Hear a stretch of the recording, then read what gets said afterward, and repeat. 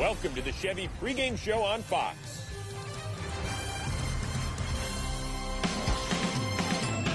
In Game 2, the Yankees walked off with a dramatic extra inning win in the cold and rain. Now, the ALCS shifts under the sunny skies of Southern California. And with their backs to the wall, the Angels look to overcome an 0-2 deficit.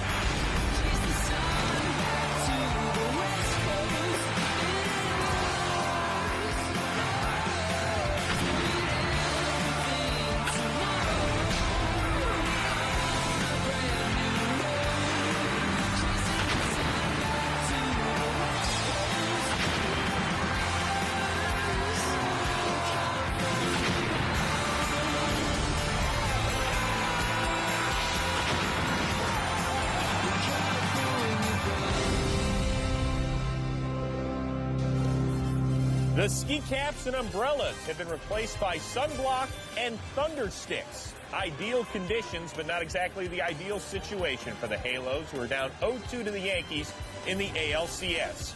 Torrey and Vlad are glad to be back out west. In fact, Hunter has not lost his sense of humor, saying it's good to be back in Cali so I can work on my tan. Well, these guys don't have to work on much. Both Jeter and A-Rod went deep on Saturday. Rodriguez has homers in 3 of the 5 playoff games so far. Hi. Welcome back to the Chevy pregame show on Fox. And welcome to Anaheim, California, and to Game 3 of the American League Championship Series, where they're packed in and making noise. And now welcome to the broadcast booth, everybody. I am Joe Buck. Tim McCarver is coming right up. It's so nice to be in a place where we don't have to even think about the weather. That's a given. It's gorgeous here right now. And for the Yankees, up 2-0 over the Angels, so far so good. In my opinion, Jared Weaver getting the start for the Angels today has to get off to a great beginning. And in my opinion, the Angels need to get on the board first to try to get some of the momentum back. Why, Tim McCarver? Well, to this point in the series, the way the Angels got to the postseason, great defense, timely hitting, stealing bases, they haven't played that way so far in the ALCS. Well, one of the reasons that they haven't played that well, the Yankees have not allowed them to play well. Let's look at a graphic that illustrates that point.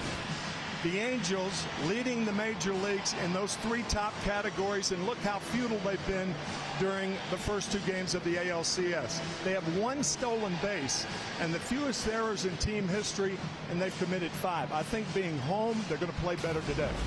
This crowd is loud behind us. In the pitching matchup today, Jared Weaver's been so good at home. He pitches for the Angels. Andy Pettitte and his 15 career postseason victories on the mound for New York. We look ahead to Game 3 as we look back to Game 2. Okay, so Saturday night's game had it all. Here's the end, but I think we should start from the beginning, right? Fans flooded through the gates, despite the weather report. Jeter gave the Yanks a 2-0 lead. Burnett pitched well, but got a little wild. Saunders started shaky, but then got stingy. Jabba fired up. Vlad fed up. It got cold and rainy. Not that these guys felt it. Figgins put the Angels on top, but then A-Rod had just enough pop. Finally, over 5 hours from first pitch, Hairston slid home safe. The Angels slide out west, down 2-0. Game 3 from Anaheim is coming up next. Today's Game Fox is sponsored by MasterCard, by Sprint, the Now Network, by Holiday Inn, official partner of Major League Baseball road trips, and by Gatorade. It's the heart, hustle, and soul of the game. That's G.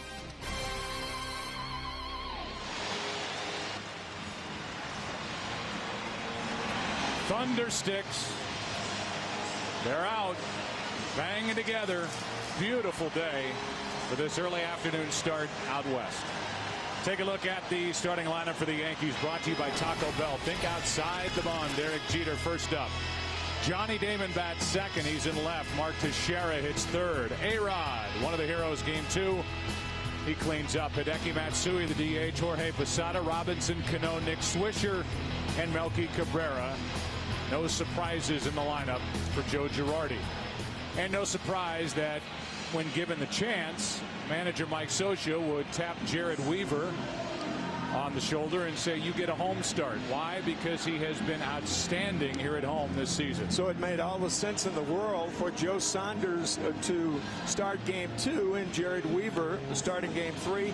10-3 at home, a 2.80. That includes the one game against the Red Sox, that division series opener, and he has been lethal against right-handers. He's held them to a 2.01 average this year. As we prepare for baseball, you can reach for the perfect combination of flavor and refreshment.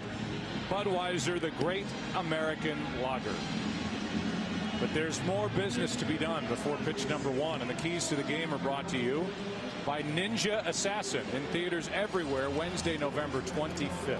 Why that first point by the Yankees to keep pitching? Well, the Yankees have had 5 starts this postseason. They have had 6 innings out of every starter, giving up no fewer than 3, make that 2 earned runs. And for the Angels, it's pretty obvious. The initials of Nick Adenhart in the back of the mound for Jared Weaver. On the outfield wall here at Angel Stadium, a young teammate, just 22 years old, tragically killed after making a start April 8th here at home. Jared Weaver and Nick Adenhart were going to be roommates in the early part of the season. So with his jersey hanging in the dugout and thoughts about him back here at home, Jared Weaver falls behind Jeter 2-0. You mentioned that average, Tim. 201 right-handers have hit against Jared Weaver. He's got a funky delivery, comes across his body, and tough for right-handers to pick up. Yeah, that 201 average, the best in the major leagues against right-handers. That is rocketed into left field, and how about this start for New York? 1-0 Yankees on a blast by Derek Jeter on a 2-0 pitch.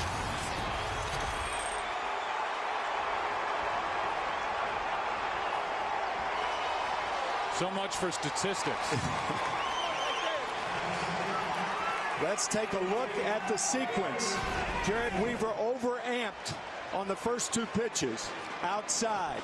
The second one outside. Jeter looking for the third one. Bang. And now Johnny Damon takes a strike. So much for the Angels jumping out in front early. Third career leadoff home run in the postseason for Derek Jeter, and that's the way the Yankees start this set here in Anaheim. Jeter with 18 home runs during the regular season. That's his second of this ALCS and third of the postseason.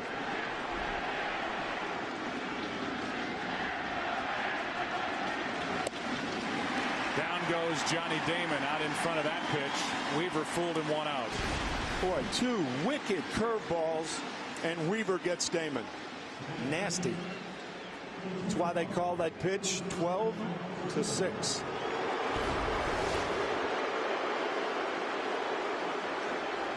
Here's Teixeira, who they boo here in Anaheim. He finished the season last year with the Angels, being traded by the Atlanta Braves, and hit very well. Hit .358 with the LA Angels at the end of last year. Had a good divisional series against Boston. One of the few Angel hitters who came through. Only had 1 RBI, but a good average.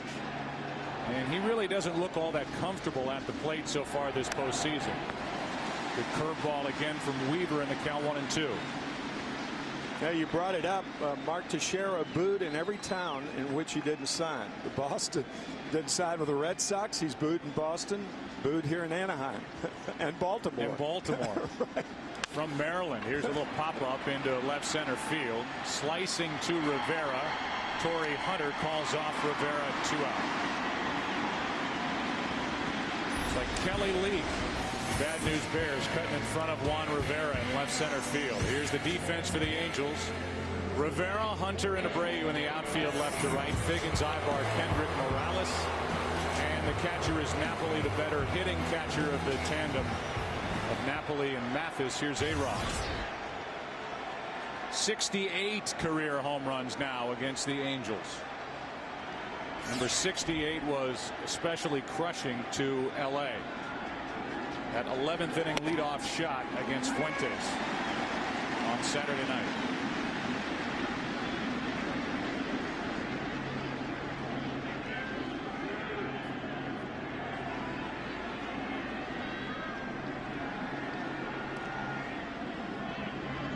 Hard hit, but foul.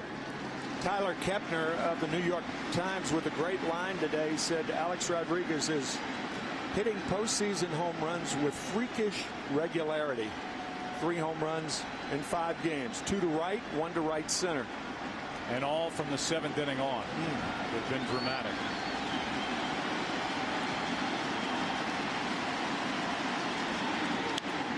That'll stay in the park.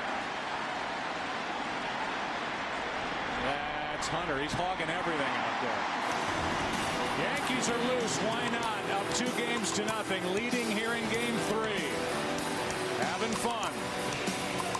And leading 1-0 after a half. Today's game on Fox is sponsored by Taco Bell. Think outside the bun. By Fidelity Investments. Turn here. By X. Relearn baseball without cigarettes. Relearn life without cigarettes. And by Warner Brothers Pictures' Ninja Assassin. In theaters everywhere Wednesday, November 25th. 1-0 Yankees in the starting lineup for the Angels. Brought to you by Taco Bell. Think outside the bun. Figgins leads it off. Finally has a hit. Abreu bats second. Then Hunter. Vlad Guerrero, Juan Rivera, Kendry Morales, Howie Kendrick, Mike Napoli, and Eric Ibar. No changes to this lineup for the most part. The typical starting group against the lefty. And the lefty today for the Yankees, 14-game winner during the regular season, is Andy Pettitte. Yankees 5-0 this postseason and a staff ERA of 1.59. That's low for ball 1 to Figgins, who's 1 for 19 this postseason. That's how you win 5 games in a row in the postseason. Good starting pitching and great the bullpen. There's a strike from Pettitte, who was so good in game 3 of the division series at Minnesota. A 4-1 winner. Went 6 1/3, 1 run, 3 hits, 7 strikeouts and 1 walk. In command from the beginning. Left side, good start for the Angels. Figgins, who was on base 4 times in game number 2, starts game 3 with a base hit. Here's a scouting report on Andy Pettitte. Andy Pettitte, the dean of the cut fastball. That was a breaking ball, however, that Figgins hit, and that is almost a season of postseason experience for Pettitte, and obviously one of the great moves in the last 50 years.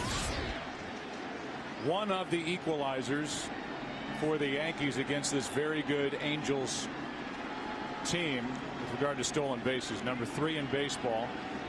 They have 1 stolen base this ALCS.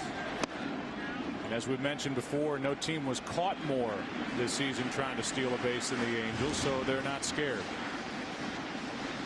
Ball 1 to Abreu, who's hitless, 0 for 9 in this ALCS. That has been debilitating to this lineup. He's been smiling throughout.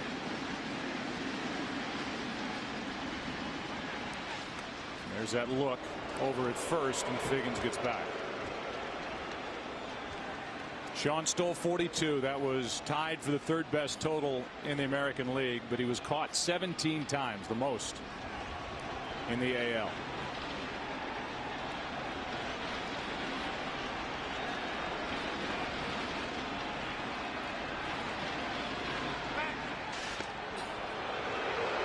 Figgins will get a lot of attention with Abreu at the plate. Almost every good left-hander's move is a balk move. It's very, very close to being a balk. When a left-hander moves that right foot behind the left leg, he's committed to go home. And Pettitte has it down to where it's a real gray area. First base umpires can't tell. His reputation is so good And any umpire, in this case it's Jerry Lane over there, is aware of the prowess of Andy Pettitte in picking off runners at first base. So he's probably going to get away with a little more than some rookie left-hander coming up. Yeah, the first base umpire who normally would call the balk against a left-hander is going to give Pettitte the edge and not the base runner.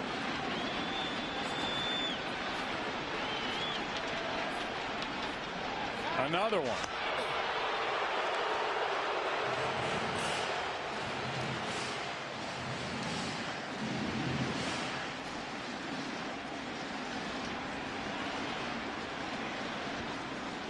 So 4 straight over to first base.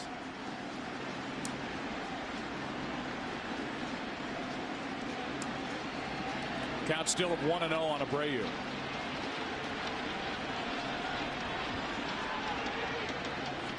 And a pop-up. That'll make Bobby Abreu 0 for 10.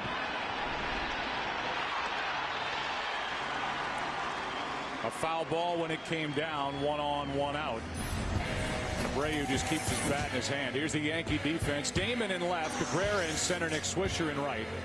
A-Rod with his 2 gold gloves. They came as a shortstop in his days with the Rangers. Jeter, Cano, Teixeira, Jorge Posada catching Andy Pettitte.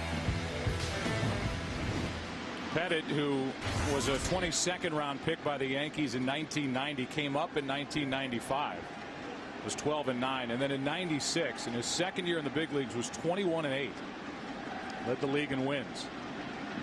Here's Hunter and a pretty good swing and a foul straight back. He was 2-1. Pettitte was that postseason in '96. He has the 3rd most wins for a pitcher in franchise history for the Yankees, behind Whitey Ford and Red Ruffin. He had a 3-year stop in Houston, and he's back where he belongs in a Yankee uniform. 0-1 the count, 1 on, 1 out. And a different look. That pickoff attempt over at first. More than Lefty Gomez and fewer than Whitey and Red.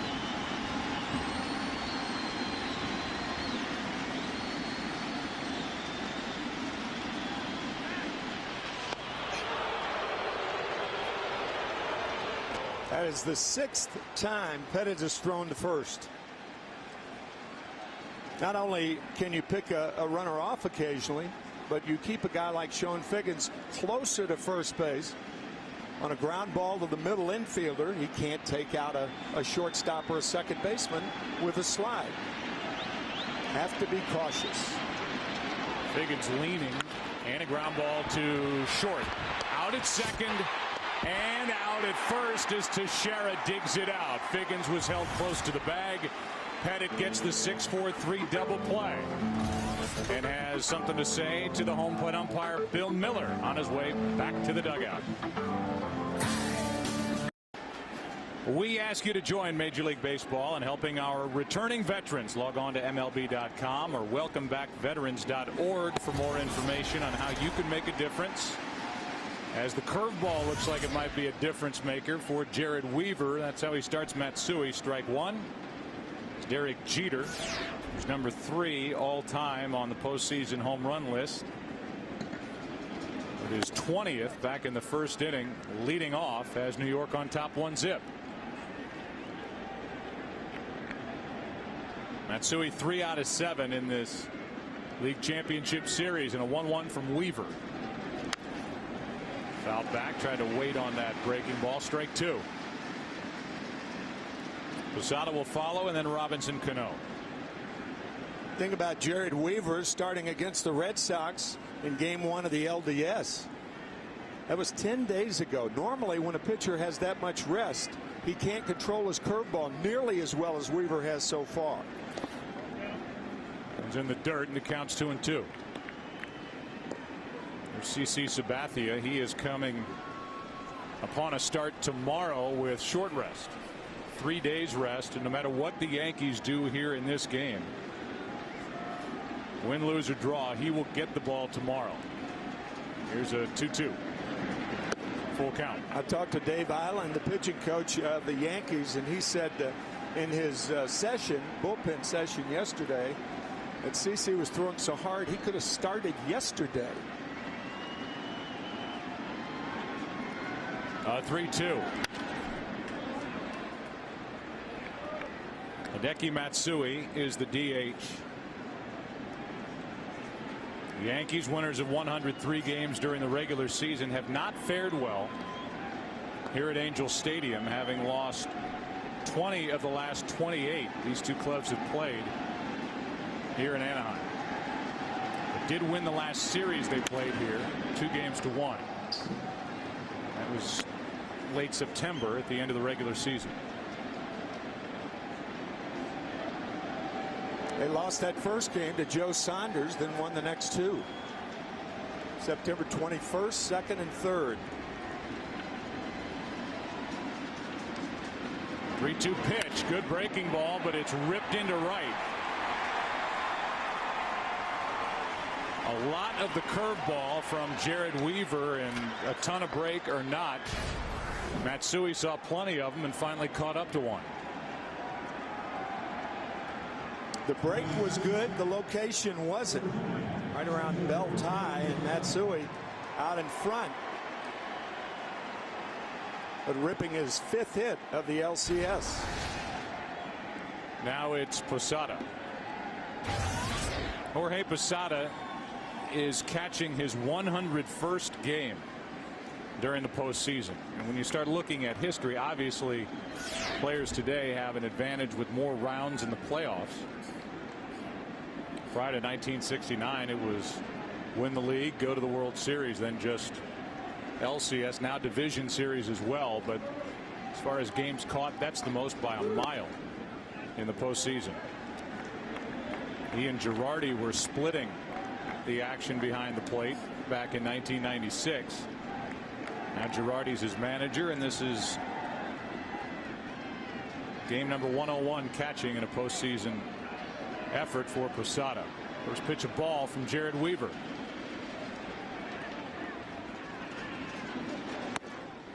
Curveball for a strike. Joe, I was so fortunate to play in an era where if you won the pennant, then you went immediately to the World Series.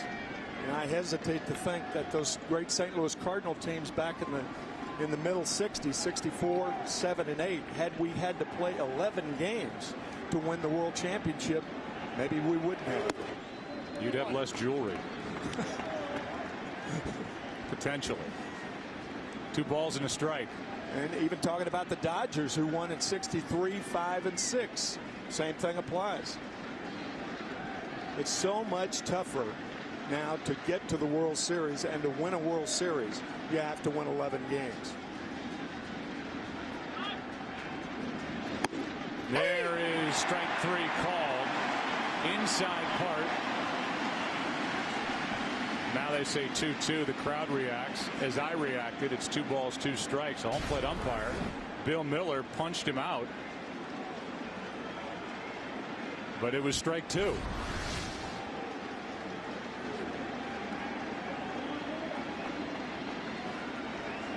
Runner at first is Matsui with nobody out. And now the 2-2 is too far inside full count. That's why, and it speaks to the Yankee dominance during his days. It's so impressive that Yogi Berra is number 2 on that all-time list in games caught during the postseason with 63. Number 2.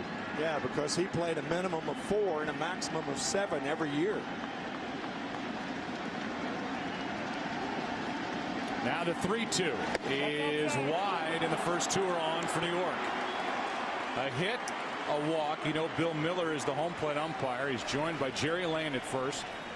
Field and Colbreth at second base. Dale Scott is at third. Tim McClellan, the crew chief, is down the left field line, and Laz Diaz, who had that long night, and by our count and estimation, very good night behind the plate in game 2, is taking it easy down the right field line. Here is Cano, and a chance for the Yankees to add to the lead for Andy Pettitte. How about that at bat by Posada? Falling behind in the count.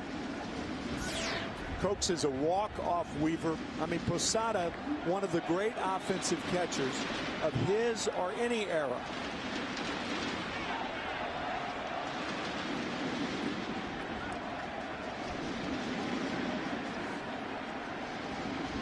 Cano. Breaking ball is low for ball one. Good numbers for Robinson Cano against Jared Weaver, 6 out of 15. What an opportunity here for the Yankees. They've already quieted down this big crowd, which was making a ton of noise before the start. Jeter made them sit down with a leadoff home run. Cano takes a strike from Jared Weaver.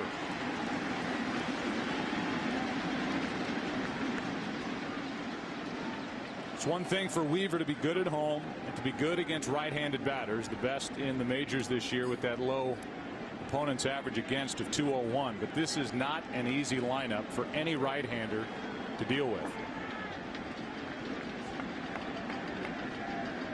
Here's a 1-1. Ball 2, 2-1. They're so balanced and they're so deep. Really 1 through 9. I mean, you can throw Melky Cabrera in there as well, who has hit very well against the Angels over his past 13 games. But Swisher's on deck. He's hitting 8th.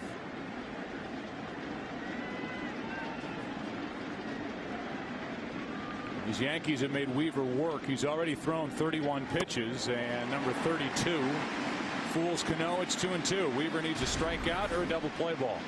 A change up on a fastball count gets Cano out front. There you can see, we talked about it in game 2. Whenever that ring finger becomes involved, and you can see it from home, it's going to be a changeup.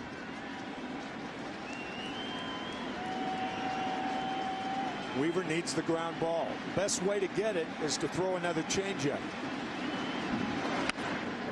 Slowly hit to short. Ibar flips for 1. That's it. No chance to turn 2, and it's first and third, 1 out. Kendrick tried, but that ball just wasn't hit hard enough, and a chance for Swisher now. There you can see that ring finger involved the changeup. He backed up changeups on the 2-1-2-2 pitch. He gets the ground ball. It's just not hit hard enough for the Angels to turn the double play.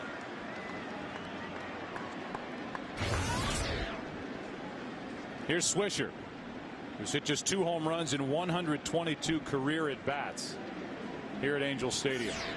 How many general managers around baseball are watching this game from wherever they are right now, looking at Scott Boras in the background for every at bat, thinking, I've got to look at him even when I'm watching a postseason game?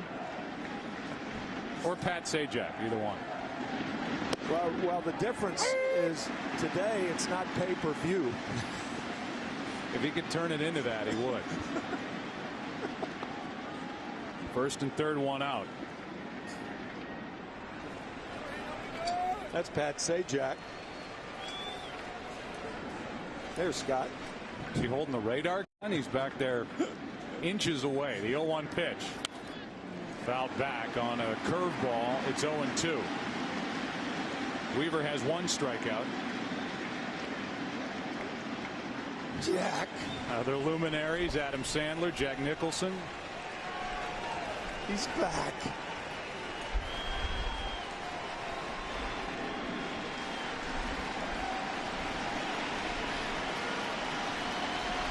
Nothing in 2, first and third, 1 out.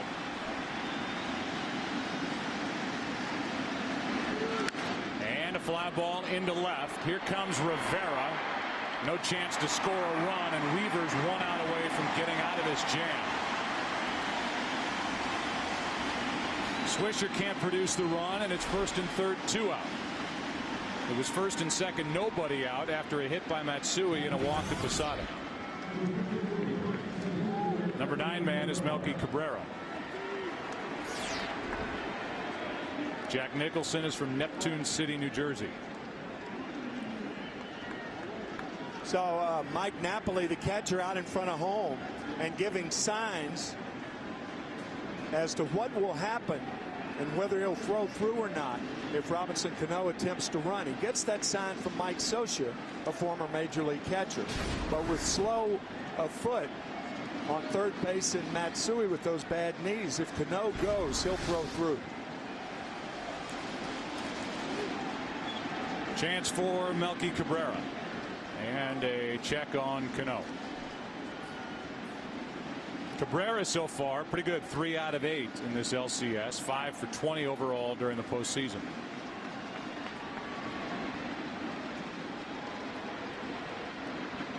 And there's a look at that double set, something that Joe Girardi talked to us about before the game with Weaver. He comes set almost in 2 different spots out of the stretch, which is a borderline balk move. He just used it. See if he does it again. Typically that's his look. He comes set high around the chin and then again down around where the letters are on his chest. If you do that every time, Girardi says there's no argument if you do it every pitch, but you've got to do it every pitch. You can't vary that move. There's one stop, again a stop,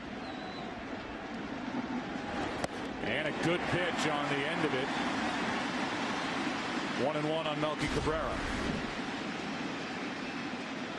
Or Weaver relying on that breaking ball today.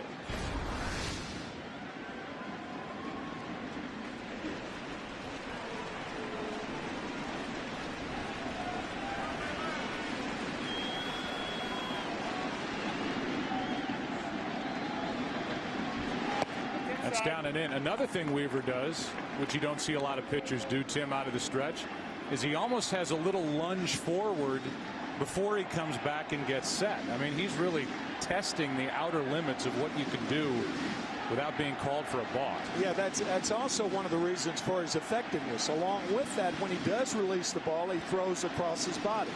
Stop, stop. To the right side. Good work by Jared Weaver as Kendrick takes care of Melky Cabrera. We go into the bottom of the second here in Anaheim. Angels coming up down 1. For the perfect combination of flavor and refreshment, Budweiser, the great American lager. Chevy and baseball have teamed up to give fans a chance to win tickets to the postseason. And even better, you have a chance to win a new Chevy. Just register at worldseries.com/Chevy and may the best team win. First pitch is outside for a ball to Vladimir Guerrero, and Guerrero is right in the middle of this lineup, batting the cleanup spot. 2 hits, 11 at bats, no RBIs, and he's had plenty of chances. Takes a pitch low, and the count's 2-0. It's Guerrero, Juan Rivera, and Kendry Morales. Good job by Weaver to get out of trouble in the top of this inning. And that's up the middle. Guerrero has a base hit. Home plate umpire Bill Miller is wearing a microphone, and here was his chat prior to the start of the inning with Yankee catcher Jorge Posada. What time did you guys get in? We ended up flying. We got about 4 hours. Went back to the hotel, 4 hours of sleep, and got in here by the hotel about 3. It was a late night, 5-hour and 10-minute game on Saturday night, and that caused everybody to have a quick night at the hotel, or in the case of the Angels and the Yankees, just sleep on the plane on their way out west. You couldn't hear Posada. The Yankees got in at 6 a.m. Here is Juan Rivera. And a strike from Andy Pettitte. Little different feel here in Southern California. 74 degrees. We are in a Doppler-free stretch of our broadcasts. Partly cloudy. Meanwhile, back in the Bronx, 55 and sunny.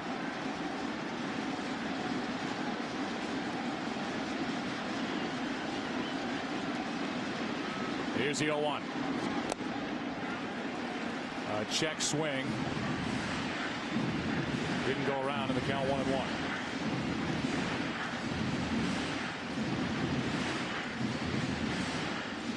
It's a tough lineup for Andy Pettitte. He had 3 starts here at Angel Stadium this year and was 0-2. They have some tough right-handed batters with which he has to cope.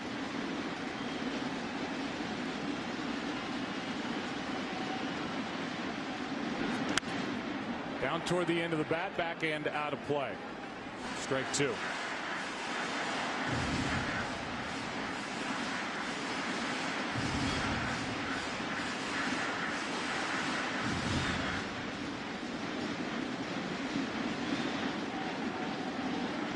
This Angels team is first team in Major League Baseball history with 11 different players with 50 or more RBIs. Rivera's on that list, drove in 88, hit 25 home runs during the regular season. Good slugging percentage against left-handed pitching. And he has even the count 2-2. Juan's biggest at bat all year against Jonathan Papelbon in the 8th inning of the 3rd game of the division series at Fenway Park when he singled to right center driving in 2. That closed the gap to 5-4. The Angels went on to score 3 in the 9th.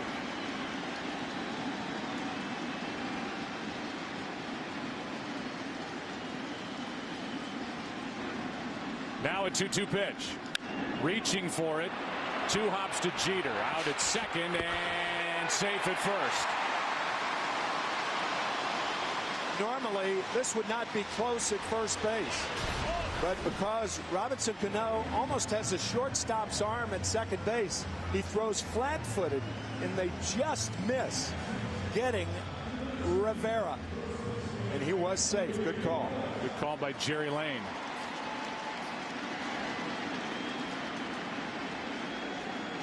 So it's 1 on 1 out as Rivera's aboard, and the batter is Kendry Morales.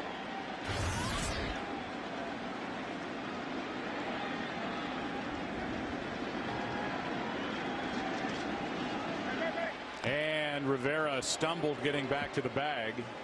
Sure, his heart's racing as Andy Pettitte gave him a look.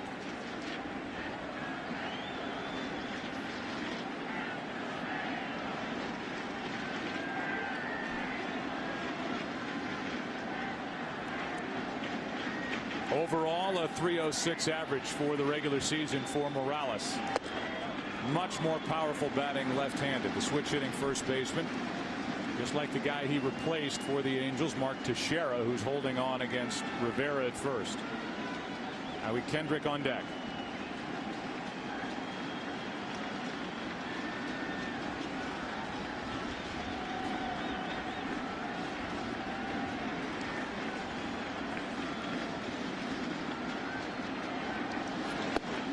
Morales went around, and that's strike 1. Kendry did not want to swing, but did. That's what that cutter will do to you. Not only does it bite in tight on the right-handed batter, but it goes down too.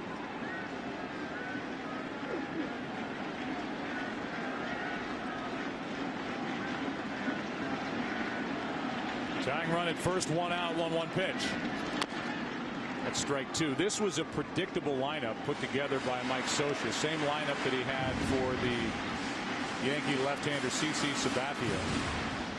When we asked him before the game, did he think at all about rearranging it or shuffling the lineup? He said, well, if a couple of guys looked better than others, I would have toyed with it or done it, but really everybody looks like they're off after a couple of games, and we'll just stick with what we have. Nobody really has stepped out in front of the rest of the group, so everybody stays put. Check on Rivera. That is the 8th throw to first base in 1+ innings. It's an adage that has been introduced over the last decade, how speed slows down the game. More throws to first. Catchers looking at the dugouts, getting signs from managers.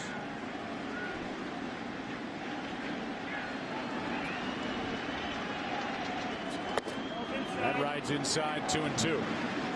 That's 19 pitches for Andy Pettitte, 8 throws to first.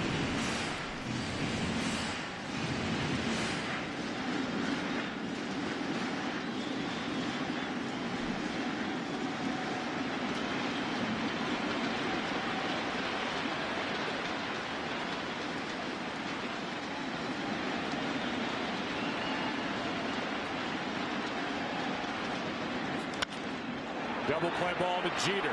A step and a throw. And Jeter, who led off in the first inning,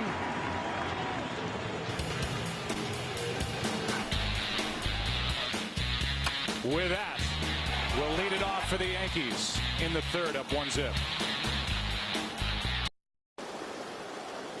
Part of the remodel when Disney owned this franchise, put the rocks out in center field. That waterfall, very serene. Out beyond the center field wall, it was loud out near the Yankee bullpen where Jeter went deep in the first inning, and it was a rocket. I mean, really well hit. Derek cannot hit a ball that hard to left field, or any harder than the one he hit. Now he goes into right center field. Hunter came in, now goes back and makes the catch. 1 out. So with that home run, I mentioned it, now you can look at it. He is still third, but he's 2 away from longtime teammate Bernie Williams. Most home runs in postseason history by a single player, Manny Ramirez, in 109 games with 29. The Dodgers took it on the chin last night, a cold night in Philadelphia. Cliff Lee doing it again.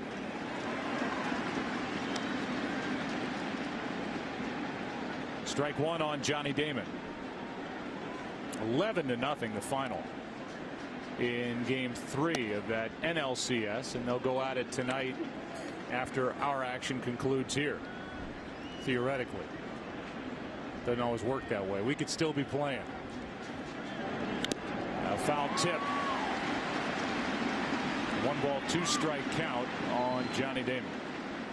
I think Jared Weaver's taken advantage of the drifting of Johnny Damon. We talked about it in game 1, how that head moves forward.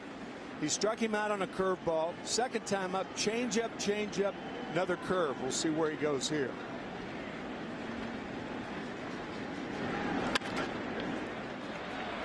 Change up and a ground ball to the second baseman Kendrick. 2 out.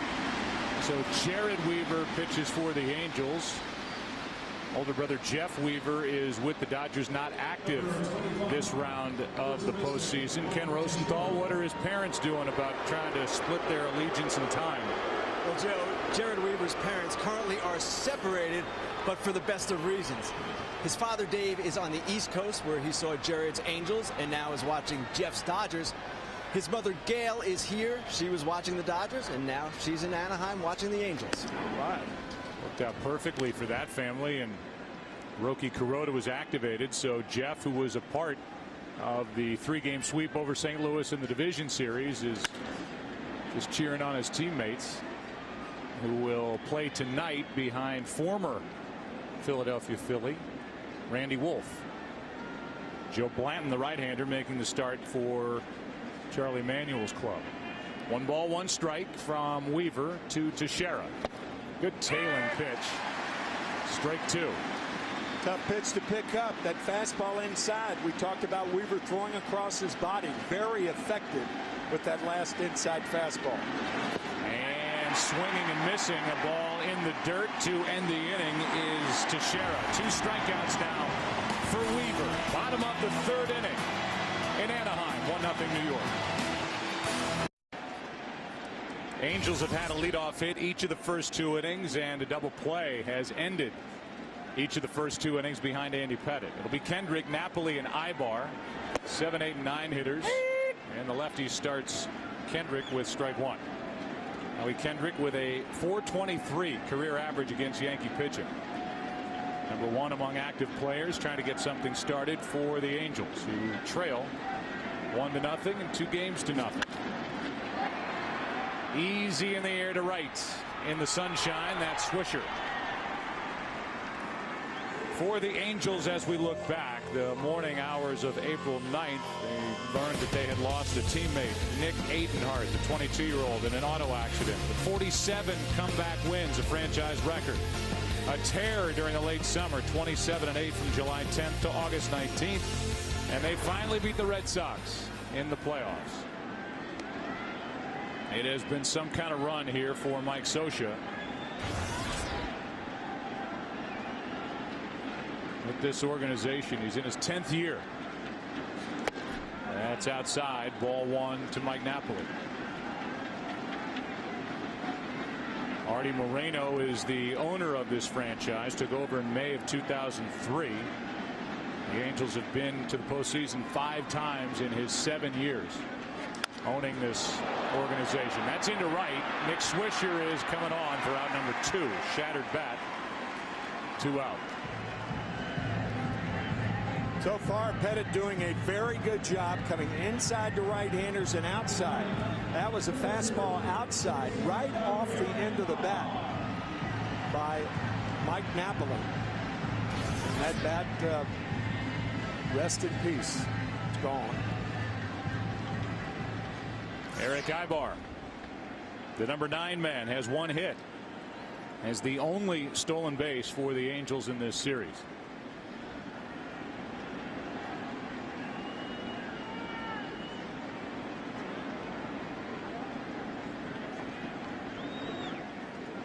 There is Artie Moreno, Vietnam vet, member of the U.S. Army, and what a streak of success this franchise has had. 7 straight years they've been over 3 million in attendance, and he has really revitalized this organization. Tom Reagan's taking over for Bill Stoneman as general manager a couple of years ago. Just done a terrific job. I beg your pardon, Tony Reagan's. As an example, Tony saw Garrett Anderson go to the Atlanta Braves. He lost Mark Teixeira to free agency and replaced them with 2 quality players.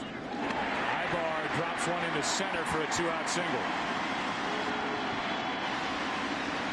Ken Rosenthal is with us as we play here in the postseason of 2009.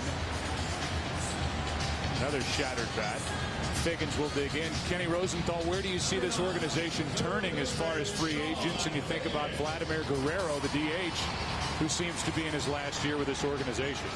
Joe, they have some really difficult decisions to make. Sean Figgins at bat now, a free agent. John Lackey, a free agent. You mentioned Vlad. Bobby Abreu, also a free agent. So they're going to be in a position where they're only going to be able to sign 1, 2 of those guys at most. And Guerrero is one who is likely to go. He is a favorite of Artie Moreno, but Matt Holliday is out there. Younger, more productive cleanup hitter. 1 on, 2 out. Sean Figgins at the plate, a base hit. His first time up, maybe his bat is starting to wake up. Mentioned he was on base 4 times in game 2, still had only the 1 hit. He was involved in a double play back in the first, hit into by Torrey Hunter.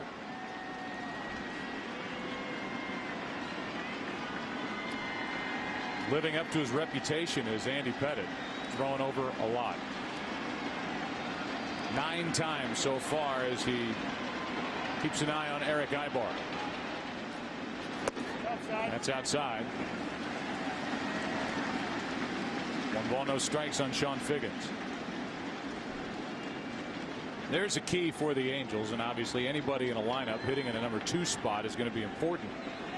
But Abreu, when the Angels win, he hits .323, 246 in Angel losses this season, regular season and postseason. He makes a big difference, and he's hitless in this ALCS. After reaching base 9 of 13 plate appearances against the Red Sox in that 3-game sweep. Right now it's Figgins who's at the plate with a 1-1 count.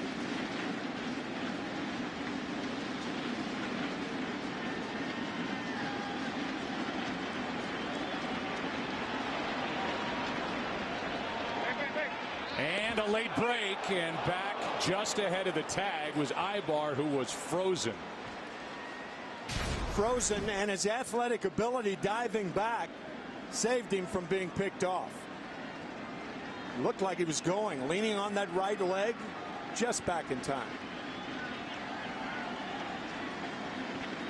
I mean, this is the ideal time to run with Figgins at the plate. If Ibar can read Pettit. I get your drift, and it's the right drift, because the Angels only have 4 extra base hits in the 2+ games they played against the Yankees. 4 doubles. So it would be much, much better from a hitting standpoint for Ibar to try to steal so Figgins can get a single to drive him in. Little slide step move from Andy Pettit, and he finds the strike zone. 1-2 on Sean Figgins. I don't know how you run on Andy Pettit unless you guess right. I mean, he's got the slide step, the dramatic move to first base. He is really, really difficult to run on. When you talk about left-handers, if this series goes 7 games, 5 of the 7 games would be started by a left-handed pitcher for the Yankees. And Ibar, I don't think he's got a read on Pettit yet. You get so used to taking a left at first, you forget to know how to take a right. Back to the bag, back to the bag. Trying to force his way down to second base. 1 ball, 2 strikes on Figgins. And now the lead has just become what? A step and a half, 2 steps? He has no lead now. It's dwindled.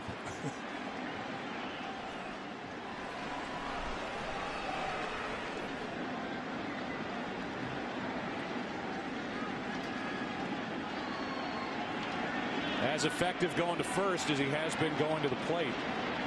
Andy Pettit. Now the lead's bigger. And the count stays 1-2 on Figgins.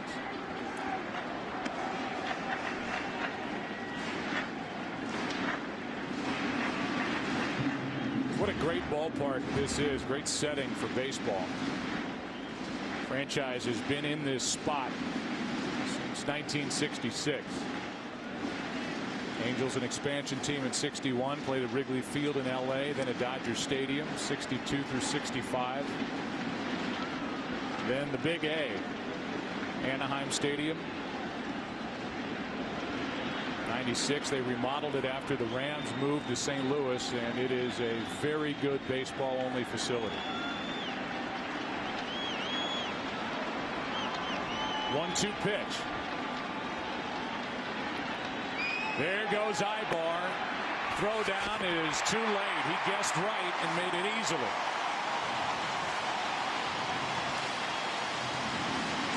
When you guess right, from a catching standpoint, put it in your pocket.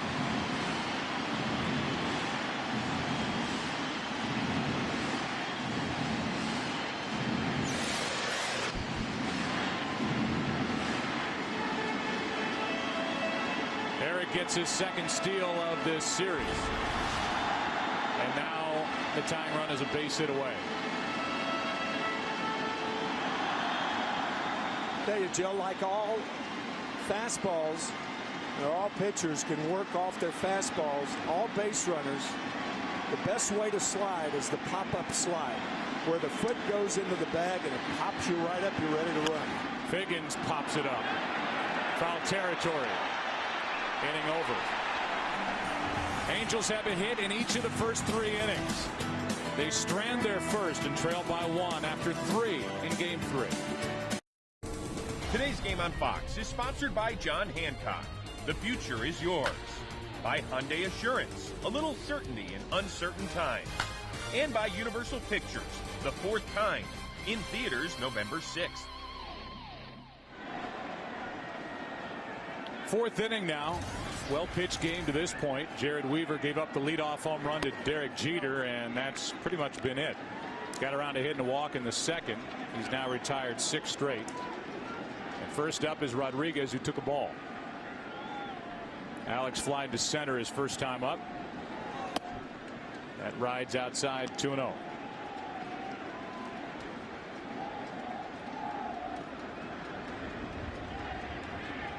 Within those 68 career home runs against Angel pitching for Rodriguez, 37 hit here.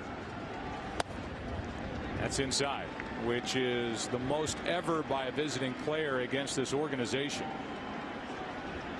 Juan Gonzalez, Jose Canseco, and Rafael Palmeiro are tied for second on that list with 24 each. There's a strike. 3-1. After that trio, Reggie Jackson, who hit 18. Here's a 3-1 pitch. That is a rocket. just blasted into left field. It's 2-0. And number 69 against Angel pitching.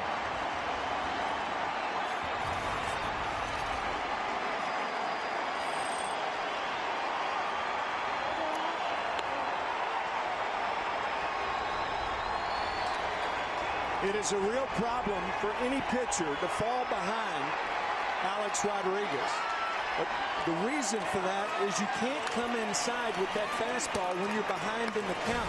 So you have to resort to something else.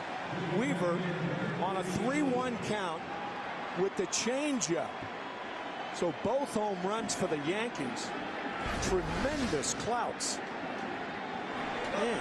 431 feet. The distance for that home run.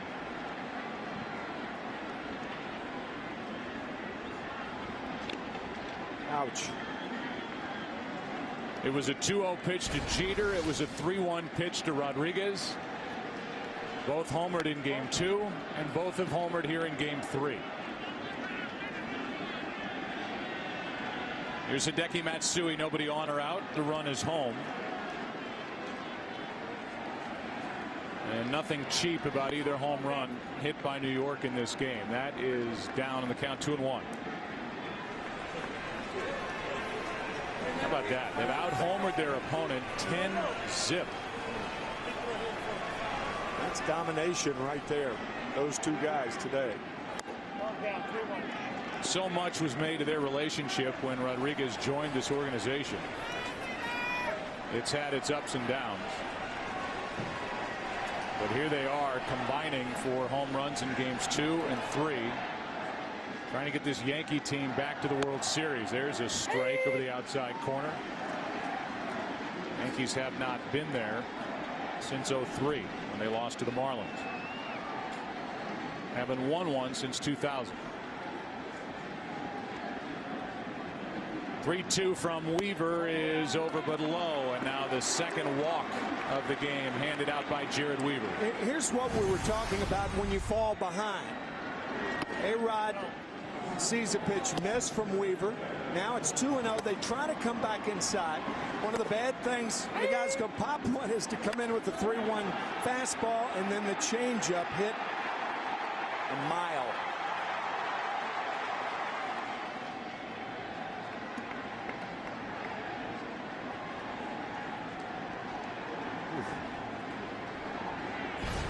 That's a talented swing right there. Here's Posada. One on, nobody out, and a strike over the outside part. Matsui drew a walk. He's been on base twice. Funny thing is, when you think about where the Yankees are, they've won all 5 of their postseason games so far. Good pitch on a curveball from Weaver. But it's been done consistently just about every game. They've had great pitching, both front end and back end. They've had big hits from those two guys, Jeter, Rodriguez. Teixeira has 1 RBI, which came on the game 2 winner in the 11th inning in the division series. The other guys really aren't doing much, but they haven't needed to this point. There's been a hit here or there, but this has been a postseason so far that's been dominated for Girardi by his pitching staff and his 2 big stars in his lineup.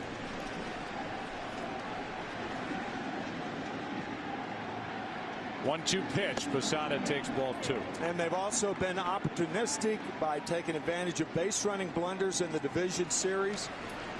Game 2 by Carlos Gomez. Game 3 by Nick Punto of the Minnesota Twins. And then the 5 errors that the Angels have made in the first 2 games. Game 2 ending on an error. Every facet, they put the heat on the opposition.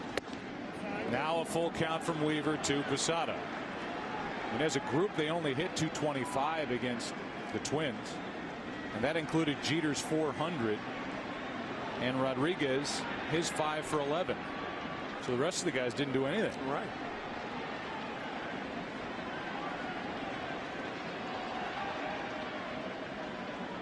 Here is a 3-2 pitch.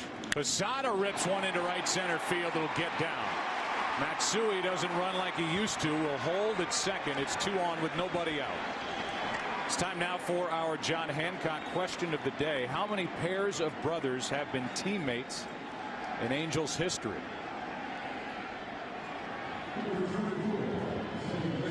Jim Fregosi didn't have a brother that played for the Angels. No. Nolan Ryan didn't have a brother that played for the Angels. Nor did Dean Chance or Bo Bolensky. There was Ken Forsch and Bob Forsch. Yep. But Bob, I think Bob ever wore an Angel uniform. It was mainly St. Louis, and I think at the end might have ended with Houston, somebody, but predominantly St. Louis. I spent one spring training with Bo Bolensky with the Cardinals in 1966, and his wife used to come to Al Lang Field in St. Petersburg, Florida for the games, and she drank pink champagne for spring training games. If there is one thing that alienates you from the wives of the team, it's drinking pink champagne during a spring training game. What an odd habit. Bo Bolensky, one of the great characters in baseball over the last 50 years. Here's Cano. Darren Oliver getting loose for the Angels in their bullpen. Ball 1 low. When talking to Mike Scioscia before the game, he said, you know, we feel good. We feel like we have a little momentum. Question is, well, how? How can you feel that way? Well, we like Jared Weaver against this team. We like Kazmir tomorrow. We had the lead. We blew the lead in the 11th, but we feel good coming in. What the Yankees have done with Pettit on the mound and with Jeter and Rodriguez at the plate is take all of that away. Here's Kendrick to his left, out at second. No chance to turn 2, and it's first and third, 1 out.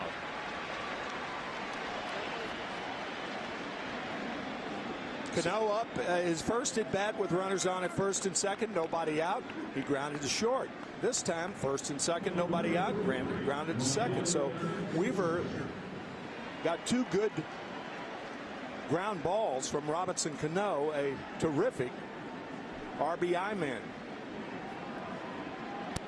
Here is Nick Swisher, who is just 3 for 24.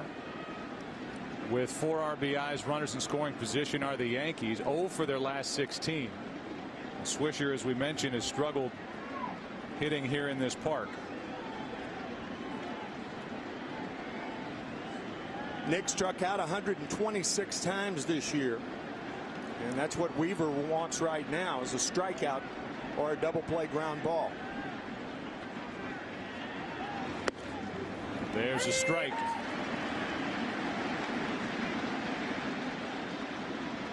Swisher fly to shallow left. In a similar situation his first time up. Did not produce a run. Yankees lead 2-0 on 2 home runs and have a chance for more. And Swisher went after a pitch in the dirt, strike 2.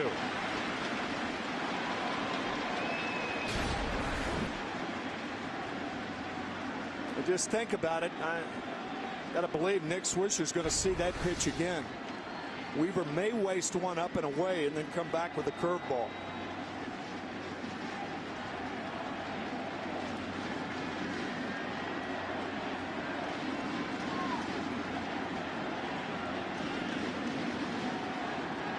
I think that's a throw to first. Nope. Yep. It's the old step to third, look to first move. It works once every 3 years.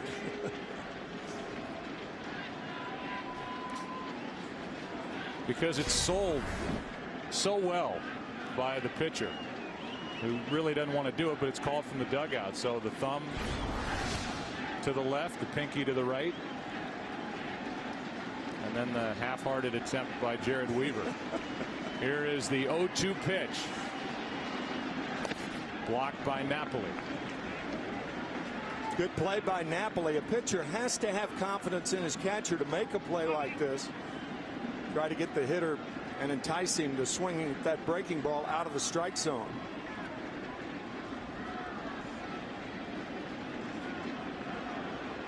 Count goes to 1-2. The Angels in their half of this 4th inning will have Abreu, Hunter, and Guerrero, the 2, 3, and 4 hitters. as Jared Weaver tries to keep it a 2-run game. And just misses with ball 2.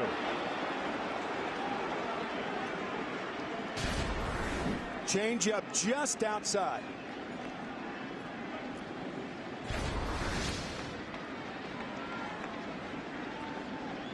To Nick Swisher, you cannot look for a fastball here. He's thrown too many breaking balls and changeups. I think you'll get a breaking ball right here.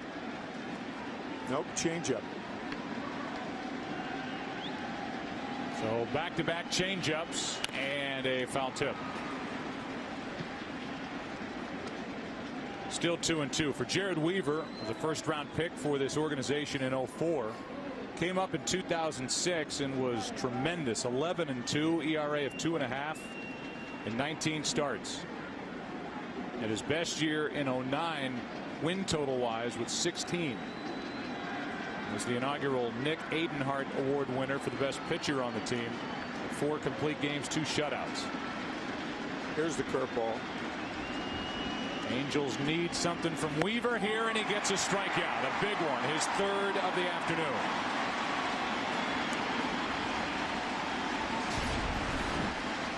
Good curveball. That might be his best curveball he's thrown this afternoon, and it is in a big situation.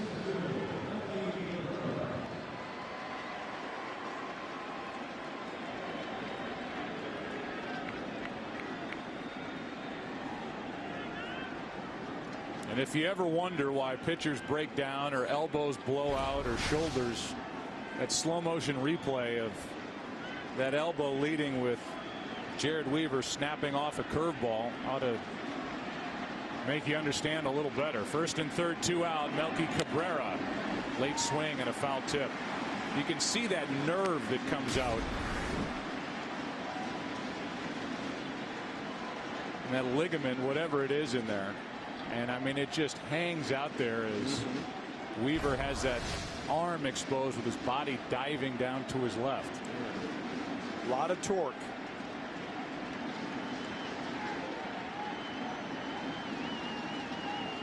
Here's the 0-1. Strike 2.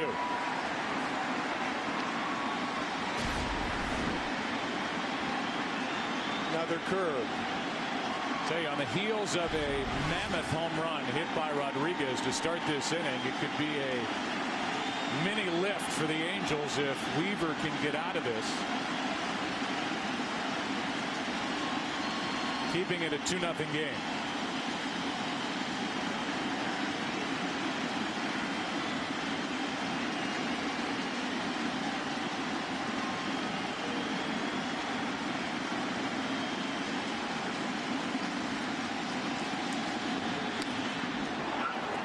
High fastball, still 0-2.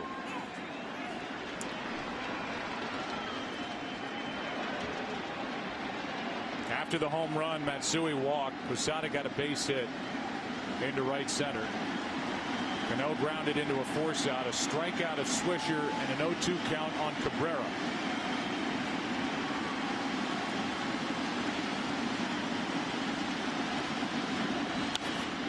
Little pop-up behind second base. Out is Ibar for a nice defensive play to end the inning. Had to go a long way.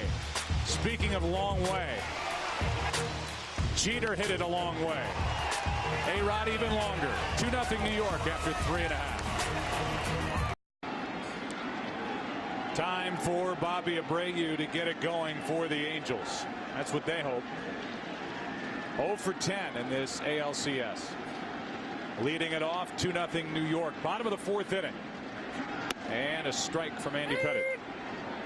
Abreu, Hunter, and Vlad Guerrero. Anybody gets on Juan Rivera. Frank Robinson is here. Rod Carew threw out the first pitch. 0-1 pitch is inside from Andy Pettitte. Rod Carew, one of the few players who had his number. There's Rodney. He had his number retired in Minnesota with the Twins. And here with the Angels, number 29. Here's a 1-1 pitch. Down and away. Was there anything that Rod Carew couldn't do with a bat? He could do everything from a bunt to go deep. Houdini. He could also steal home from third, particularly when he played for Billy Martin. At 300 or better 15 consecutive years. A Hall of Famer in 1991 as Abreu takes ball 3.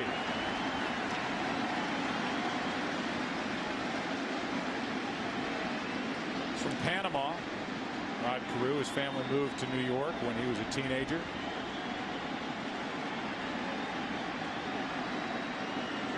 Watching Abreu lead it off and take a strike to run the count full.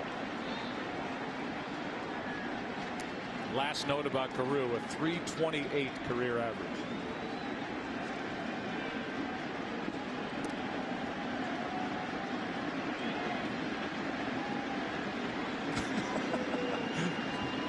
Three balls, 2 strikes. I've seen rally caps. I really don't know what that was. A rally kerchief, perhaps.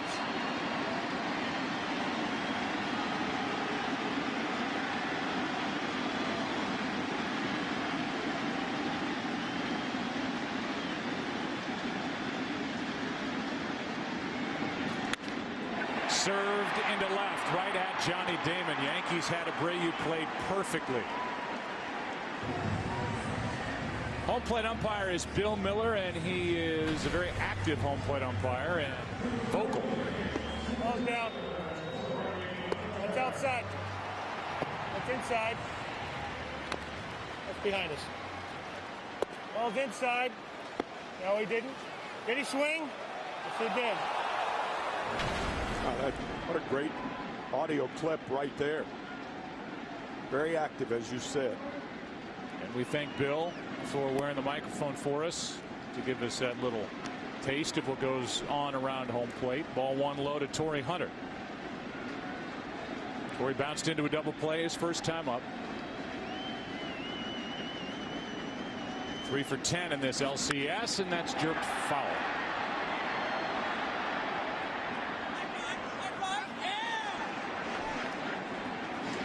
This guy just lights up a camera.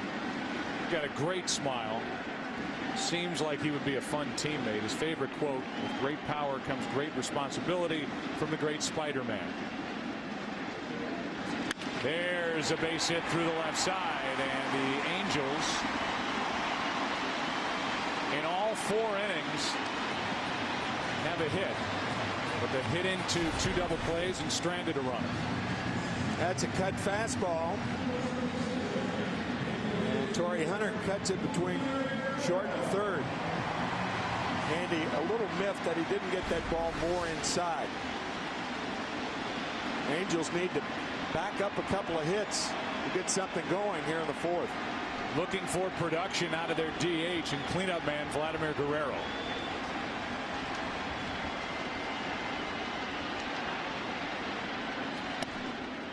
Inside, ball 1.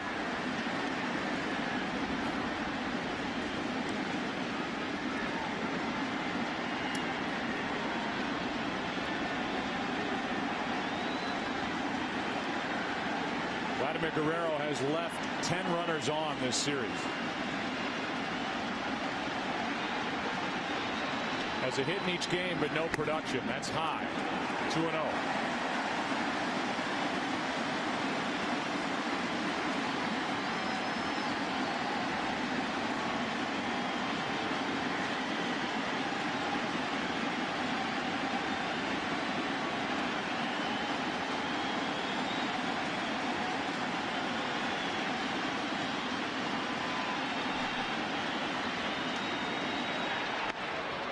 Fall asleep over there, and Andy Pettit will get you. First look at Torrey Hunter over there as Vladimir Guerrero was 4 for 10. Left 5, drove in 2 with that 2-out hit off Papelbon last Sunday to finish off the 3-game sweep. Yeah, he's got a wake-up call as a pickoff move. And there it is again.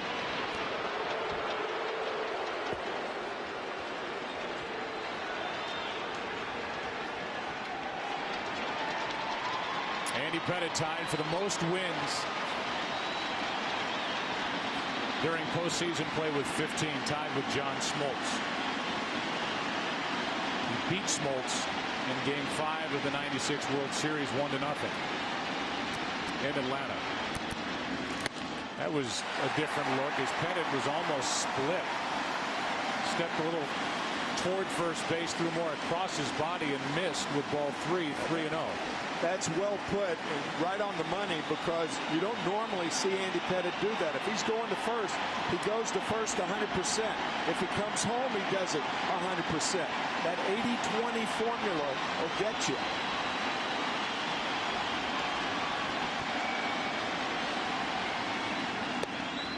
Three and one.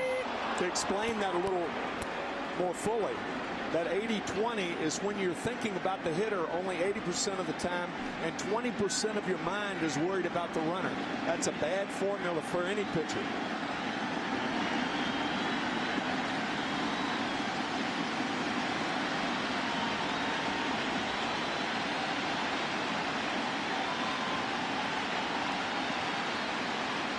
There goes Hunter.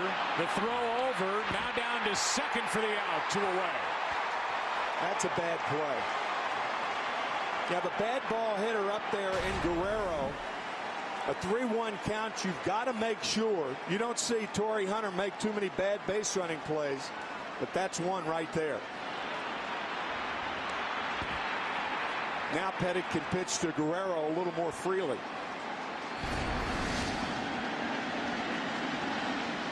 Goes down as a caught stealing 1-3-6 with Teixeira feeding Cano, make it 1-3-4, and now that's on the inside corner. It's Cano who took the throw, and a fist pump from Andy Pettitte.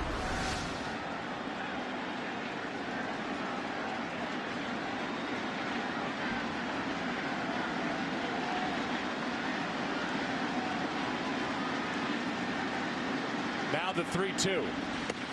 A walk follows Torrey Hunter's base running mistake, and it's 1-on-2 out.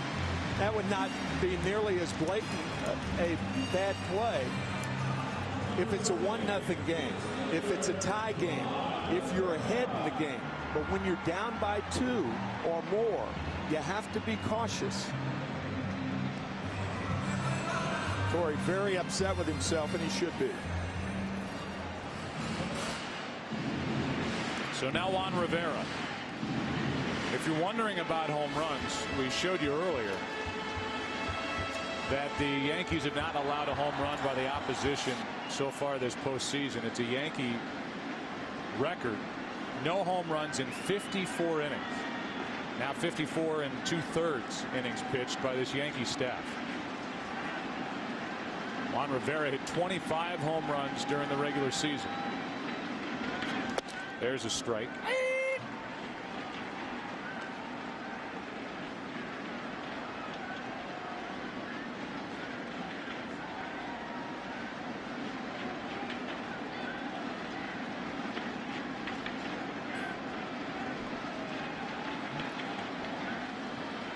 Juan Rivera, his first time, bounced into a force out at second. Waits for the 0-1. 0-2.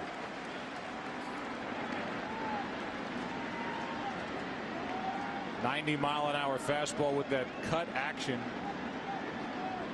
down and into the right-handed batter, and Rivera is in the hole. 0-2. There's not much straight coming out of the hand of Andy Pettitte. No.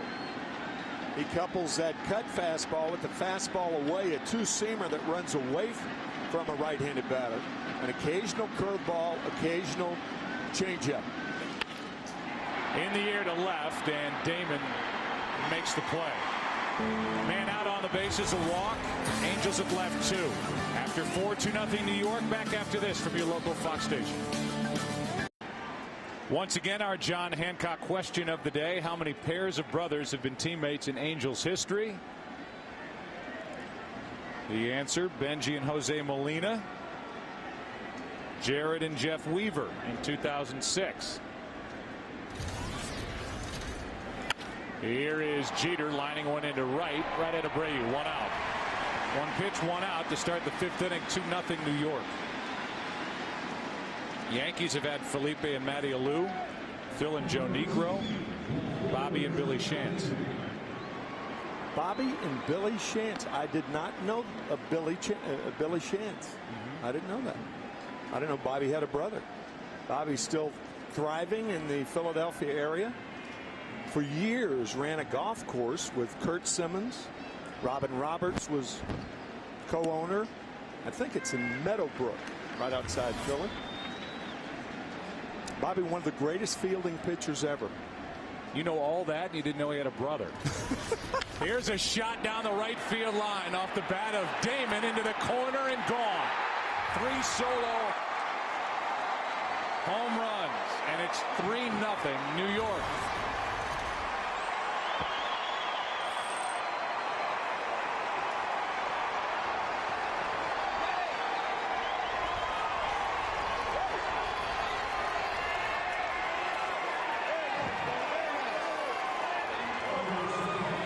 Jeter, then A-Rod, and now Damon, who gets his first not only home run but RBI of this 2009 postseason, and he hammered that high pitch. Now Teixeira comes up empty on a Weaver curveball. Well, I'll tell you, that was a straight changeup, and Weaver had luck with off-speed pitches the first 2 times up, and you think Johnny Damon wasn't going up there looking for a straight change or something off-speed. Home run, home run, home run. 2 guys who hit the first 2 are the most excited in that dugout, Jeter and Rodriguez, and it's 3-0 New York, up 2 games to nothing over the Angels as we play here in the 5th.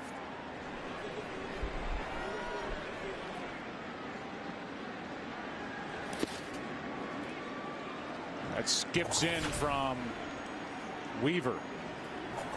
The defensive shift brought to you by X. Relearn life without cigarettes. Free at becomeanx.org. Left side of the infield open for Teixeira, and Weaver deals inside a full count.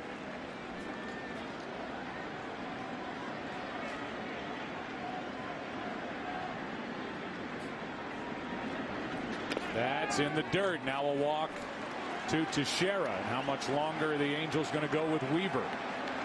Kenny Rosenthal, you're down by the Yankees in the corner of their dugout. What's your sense down there? Well, they're very confident right now, obviously, Joe, and they should be. It's like aura and mystique have made a comeback. Teams are falling apart at the sight of the Yankees. We saw it in the division series. We're seeing it here in the ALCS. And I don't want to get too far ahead of ourselves, but if you look ahead to a possible World Series matchup, maybe the Phillies, the tough-minded Phillies, are the kind of opponent that they need, but I'm not sure the Phillies would have the pitching to hold this team down. 1 on, 1 out, and here is Rodriguez. This one's into left field. Will it carry at the track? Allowed out number 2. Just got under it. They are swinging from their heels, and that time A-Rod just came up short. Looking fastball, got it inside part, and just missed it. That's interesting that Ken talked about the Philadelphia Phillies. The one thing the Phillies can throw against the Yankees that no other team can, 3 left-handed starters. Cole Hamels, Cliff Lee, and Jay Happ. But I'm also going to go back to something that Ken Rosenthal said, and that is getting way ahead of ourselves here. Oh, yeah.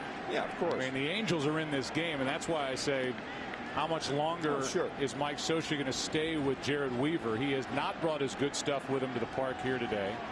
His day started with a home run. He's given up 2 more. He's walked 3. He's given up hits. He's made some big pitches when he's had to, like last inning after allowing 2 to reach following the home run, got out of that. But this is just a 3-run game, and for the Angels, they have to hope at some point their bats wake up. It's not going to matter how they pitch in this series. They're not hitting anything. That's right. All the way up to 91 pitches as Weaver works here in the top of the 5th. 2 out, 1 on, and a 1-1 pitch is fouled down the left field line. The Angels in the bottom of this inning will have Morales, Kendrick, and Mike Napoli. Eric Ibar due 4th.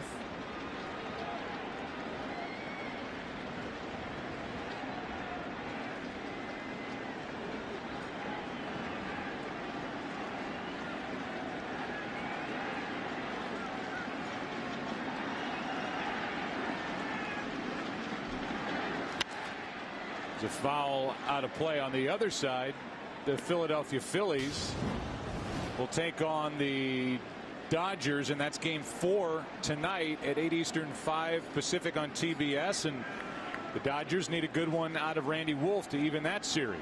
It's just 2 games to 1, and Joe Blanton will be on the mound for Philadelphia. The Phillies have been scoring runs like they did last night early, getting good starting pitching. They have a weakness on their team compared to a year ago in their relief corps to some degree. They've used Jay Happ a ton out of their bullpen. Lidge blew 11 saves during the regular season. He's been good so far in the postseason. But they can be vulnerable in their bullpen. It just hasn't really shown up so far this postseason. Very effective left-hander for them last year. J.C. Romero, he's out of there.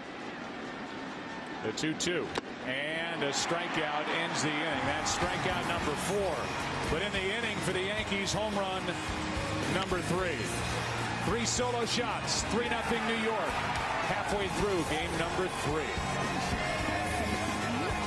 Today's Game on Fox is sponsored by Chevy and our award-winning cars, trucks, and crossovers.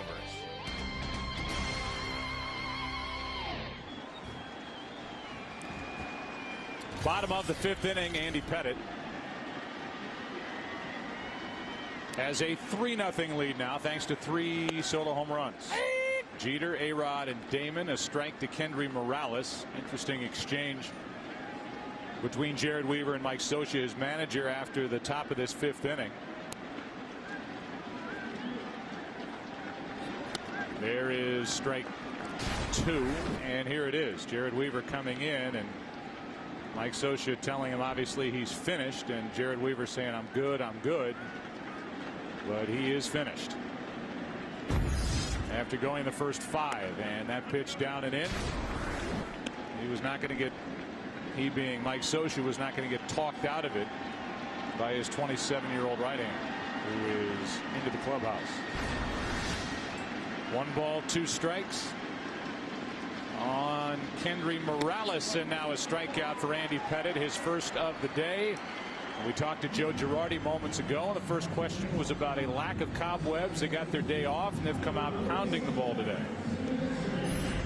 No, we've swung the bats well. We've had some opportunities when we have runners on first and second, nobody out, to get some more runs, and we know how dangerous this Angels team is, so we need to keep adding on. Yeah, so as a manager, you kind of overlook the 3 home runs, and you think about the missed chances to maybe pile up on that scoreboard. Well, we know this is a momentum club, and when they get something going, that they can score a few runs on you in a hurry. So we want to continue to add on. Let's talk about Andy Pettitte, who burst onto the scene, at least postseason-wise, in '96. You were catching him from time to time, and my gosh, he looks good in his 2 postseason starts this year. He really has, and he's got some important double play balls and important pickoff. He got a Torrey Hunter, and Andy knows how to get outs, and that's what he's been doing for us. You went through everybody in your bullpen in game 2, but after the off day and the travel day, any limitations or restrictions down there? No, everyone feels good, and we're encouraged about that. Here's a shot into left off the bat of Kendrick into the bullpen, and the Angels are on the board. First home run of this series. First home run against Yankee pitching, and the Angels have to hope that's the start. It's 3-1.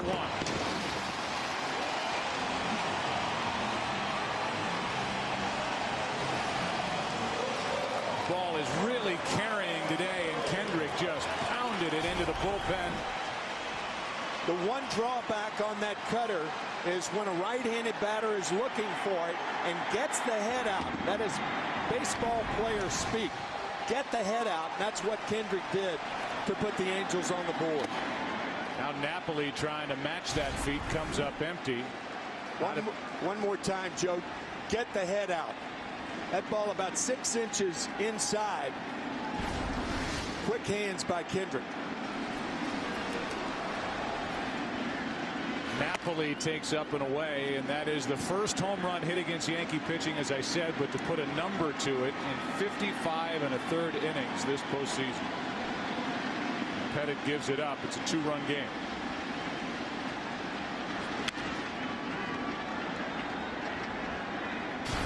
One ball, 2 strikes on Napoli. That is a new machine that we have.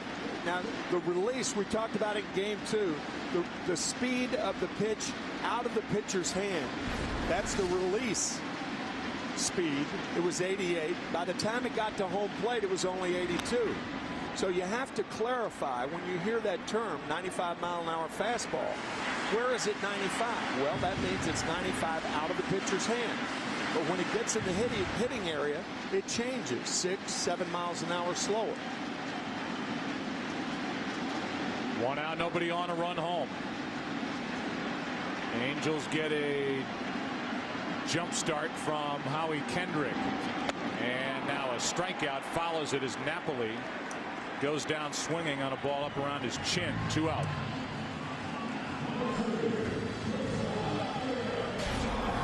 So here it is one more time. When it leaves Pettit's hand, it's going 88 miles an hour. But when it gets to the plate, only 82. Peeking over the edge of his glove and facing the number 9 hitter Eric Ibar, who singled and stole the base his first time. 2 for 9 in this series, and a pitch up and away, ball 1. 4 solo home runs, and Darren Oliver, who stood to be the winner in game 2 at Yankee Stadium until the blown save by Fuentes and the home run by Alex Rodriguez, is going to enter this game and deal with Posada, Cano, and Swisher in the 6th. That's 3-0 on Ibar. I think you take 2 pitches if you're Ibar in this situation. If Pettit throws a 3-0 strike, take again 3-1. You're 2 runs down, not 1. That's pitch number 67. Andy Pettit was rolling in that divisional start at Minnesota, was pulled after 81 pitches. So Girardi likes to jump into that bullpen when he can. Fastball away. Here's a 3-1. 1 hop to Rodriguez. Comes up on him, and the inning is over. So not taking on 3-1. The inning is over. Finally production, and a long ball off the bat of Howie Kendrick. It's 3-1 New York after 5 in game 3. Game on Fox is sponsored by Verizon Wireless, America's largest 3G network.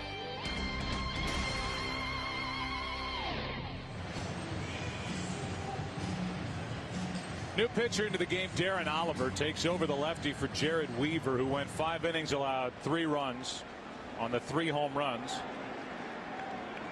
5 hits overall, 3 walks, 4 strikeouts.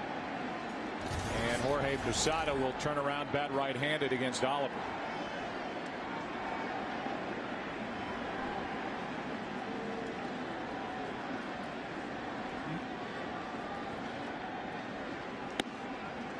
Here's a strike. We've listened in to a couple of conversations with Bill Miller, the home plate umpire. We'll have a chance to play an interesting one for you in a question that was asked by the man at the plate now, Jorge Posada. Last inning. Sure, maybe knowing that he was going to lead off. Here's his question. Can we get the lights in next inning, next start of the inning? We get the shadows out of the way? Yeah, I don't know if it'll help much, but yeah, I'll talk to Timmy, see what he wants to do. Jorge wanting the lights on for the next half inning. They are not on. Jorge thinking about the edge, realizing he was going to lead off the next half inning. He's backed up on the count, facing Oliver. 1 ball, 2 strikes. And that's foul outside third. Posada has walked and singled.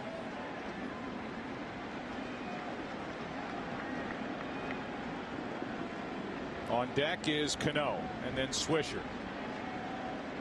Important for the Angels and for Oliver to have an uneventful top of the 6th and then have the bottom half of the inning, which will begin with the top of the lineup for the Angels, get something going as they trail by 2 runs and by 2 games in this ALCS. There's a good start for Darren Oliver as he strikes out Posada.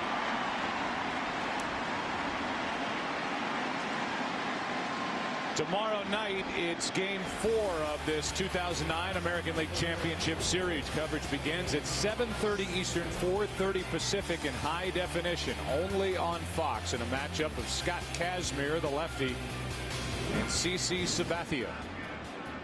They went 8 innings, 1 run on 4 hits in game 1 in New York, and there are the numbers for Kazmir against the Red Sox in game 3 a week ago Sunday. That was Kazmir watching with a purpose. He's a left-hander waiting to start and watching a left-hander deal with Cano, who he'll have to tangle with tomorrow night.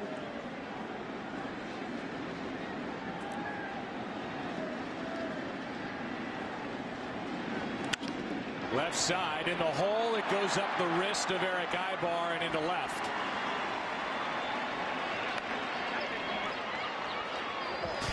I think that should be scored a base hit. Tough play.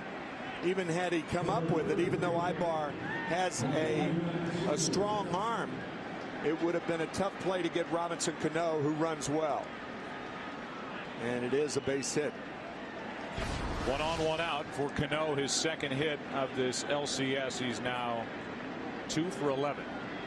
And here's Swisher, who's had a frustrating afternoon. He flied to shallow left with 1st and 3rd, 1 out in the 2nd, then struck out with 1st and 3rd, 1 out in the 4th.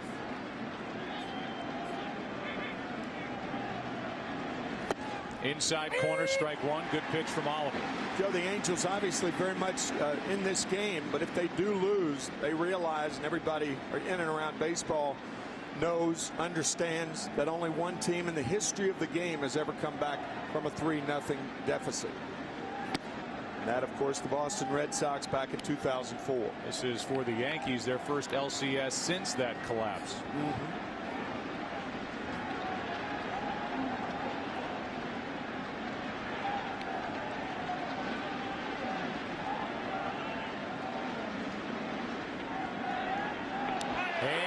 Safe at first is Cano, barely.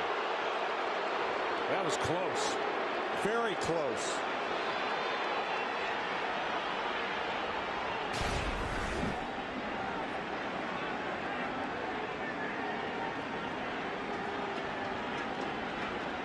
Tell you, that looked like he may have touched him on the back, coming down on the bag. Very, very close. That's strike 2 on Swisher. Here it is. You can see Morales backing up. No, he was in there. Good call by Jerry Lane. Tagged him on the middle of the back, but the hand was in there.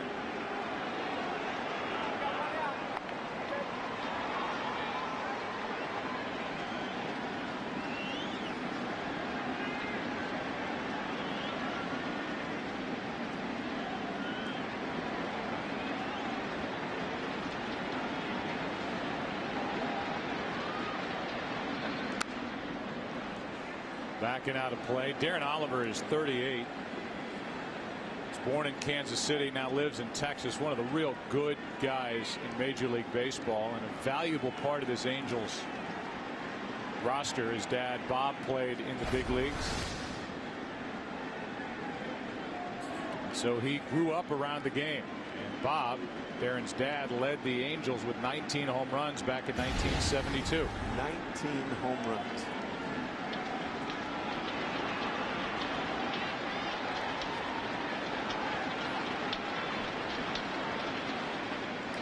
That's to third and a foul ball.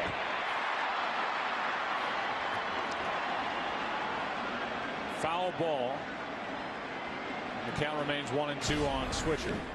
Once it goes over the bag, it is called by the third base umpire. And you could see it. It hit about 2 inches foul. Just foul.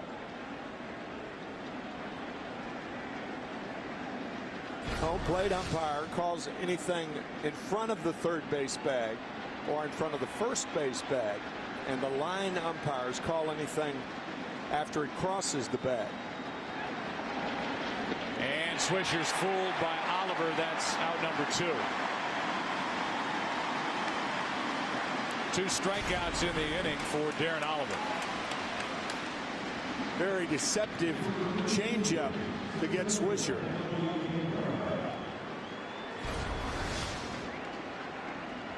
Before the at-bat by Cabrera, the Hyundai in-game box score. As we introduce the all-new 306 horsepower rear-wheel drive Hyundai Genesis Coupe. Solo home runs for all 3 runs. Jeter, A-Rod, and Damon. That is a line drive with the broken bat sticking out of the ground.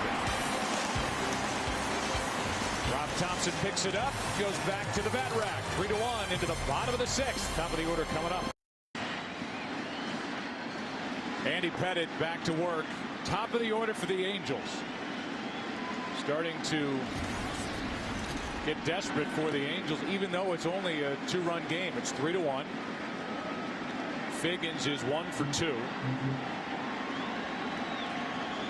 Mike Scioscia hoping that he can kickstart this offense. They got the home run from Howie Kendrick last inning. It's going to be in the 6th. There's a strike. This was a Yankee team that regular season and postseason 99-4 when leading or tied after 7. So once you get past the 7th inning, which is next inning, this team is virtually impossible to beat. There's a strike. That speaks to their good bullpen.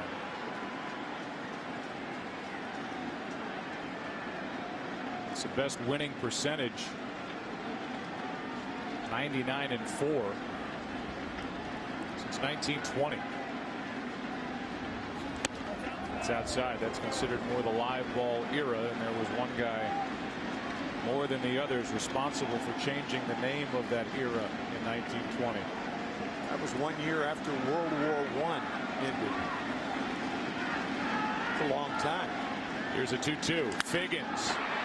Jeter circles it, gloves it, throws it, and got him by half a step at first. Figgins 1 for 3 and now 2 for 22 in the postseason. Gives you an idea of how it can be very difficult to see when the ball goes from the sunshine to the shade. Cabrera not able to center it, shattered his bat, and that's how the top of this 6th inning ended. Batter is Bobby Abreu, who is 0 for 2. Now 0 for 11. Wearing that around his neck until he gets his first base hit. I'm sure tired of thinking about it or hearing about it. At 0 for 11 after Abreu had a terrific division series. 5 for 9 against Boston. A strike to Abreu.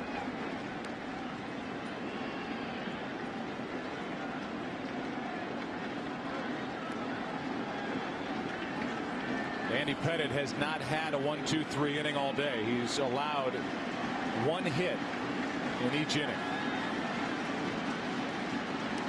Angels have hit into 2 double plays, stranded 2, and their only run on the solo home run by Kendrick in the 5th. It's 3-1 New York. 6th inning of game 3. That's outside. 2-1.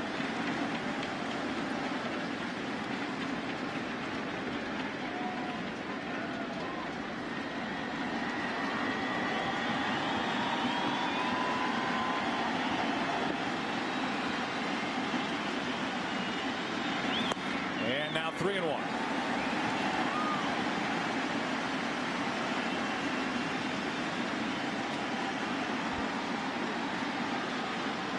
Abreu normally takes in this situation. He is a very good situational hitter. Take 3-1, try to fight your way on. Full count. either taking all the way or didn't like the pitch, as that was over the inside corner. Now the lights are on. Yeah, I think it's Abreu's style to take in situations like that, since he does not represent the tying run. Tying run on deck in the shadows.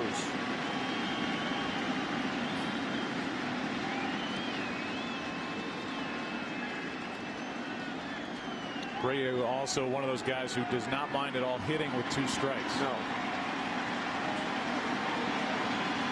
Full count from Andy Pettitte with 1 out in the inning. And a line drive base hit to right. First hit of this series for Bobby Abreu.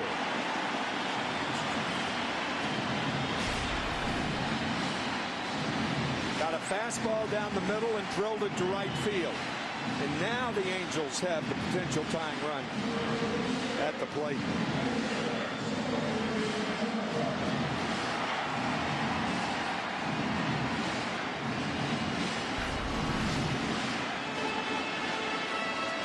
So Abreu is on, Hunter is up, and Vladimir Guerrero, the DH, will follow. Hyundai in-game box score for the Angels.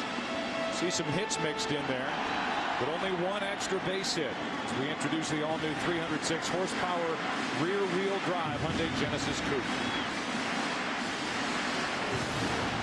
And no surprise, Joe Girardi is not scared to go to his bullpen. And not scared to use a quick hook, whether it's for a starter like he did with Pettitte in Game 3 of the division series in Minnesota after just over 80 pitches, or like he's done with his bullpen throughout the postseason. Here's Hunter, and there's a pop-up that will stay in play. Fighting the sun, Swisher. 2 out. And so where is the Angels' production? Torrey Hunter does not have an RBI in this series, and neither does the guy hitting behind him. And that guy is Vladimir Guerrero.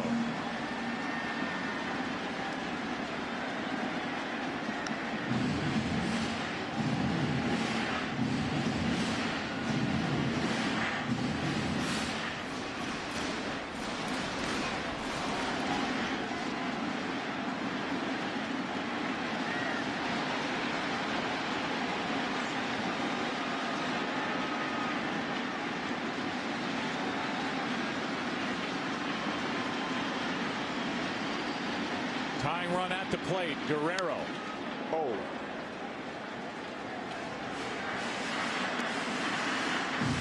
Just missed a pitch to Hammer. That was the best fastball and pitch that Guerrero has had all afternoon. His last home run coming September 18th at Texas.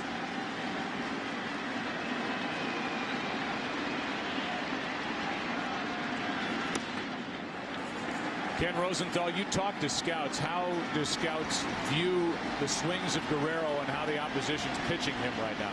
Well, Joe, talking about the Angels in general, they still like to swing, even though their plate discipline is significantly improved. So when teams are successful, they work around the edges, try to get them to bite at pitches that they really can't handle. Here's a 1-1. Off the hands, out of play, strike 2, and Andy Pettitte is 1 strike away from getting through 6 innings here this afternoon.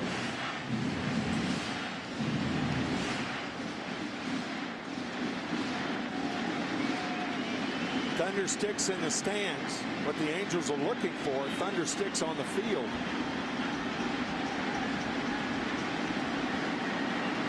They need it specifically out of their cleanup man. And a check on Abreu.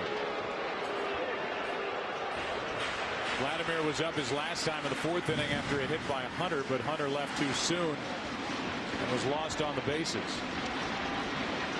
Pettitte threw behind him at first. Hunter was tagged out at second. Guerrero walked, and then Rivera flied out to left.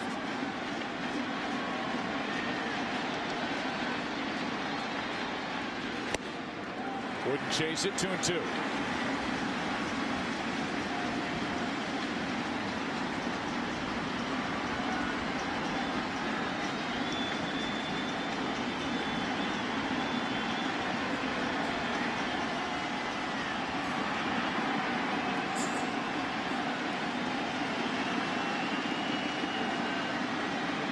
not getting after Andy Pettitte, the Angels are in this situation. Got Pettitte on the mound.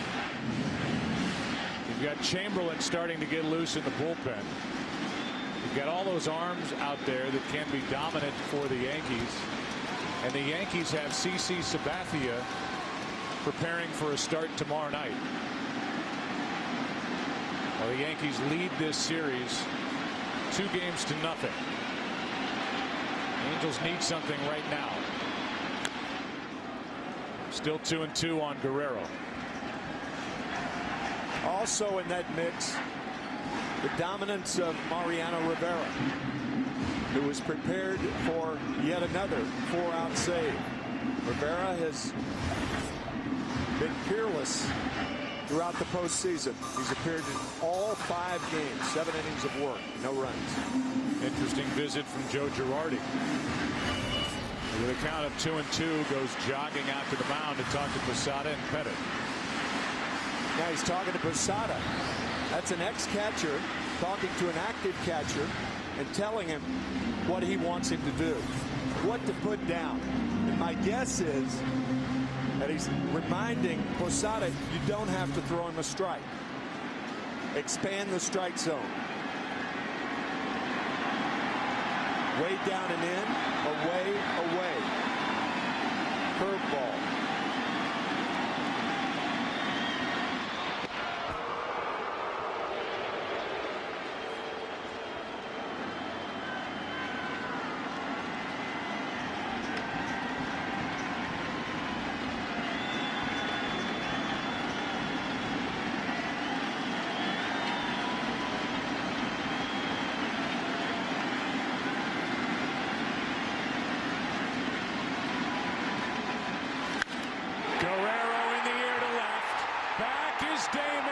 The Angels have tied it.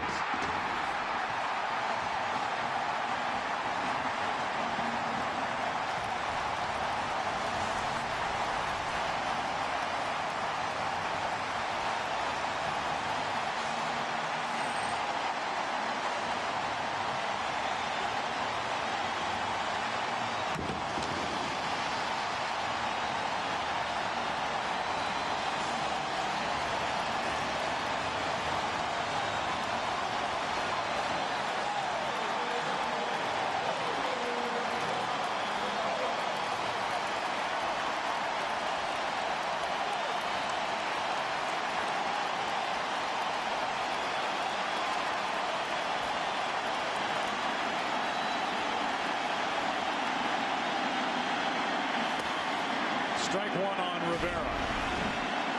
Get the head out. And he did.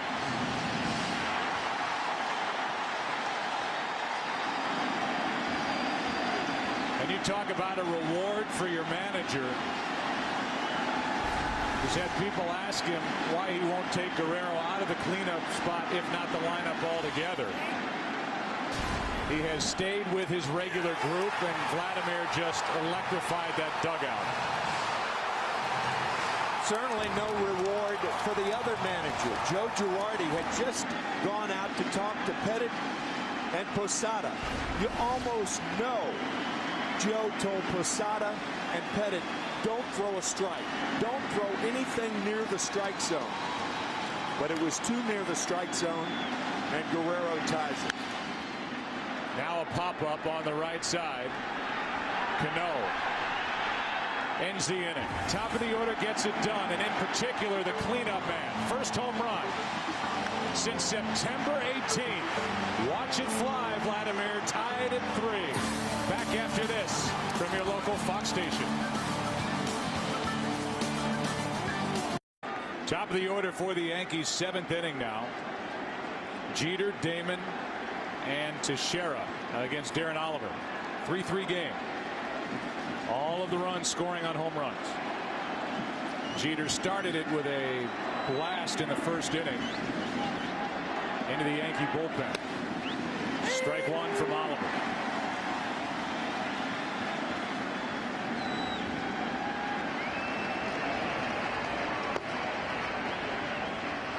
Now Kevin Jepsen, the hard-throwing right-hander who we saw in game 2, gets loose. That's inside. Darren Oliver, who just turned 39.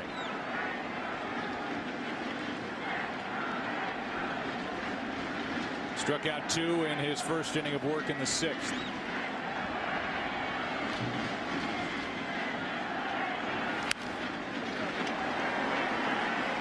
Strike 2. Jeter is homered, fly to center, line to right.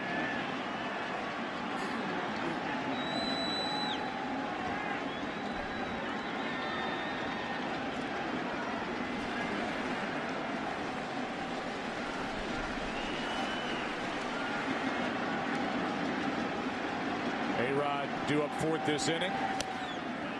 If it gets there, that's low. 2-2.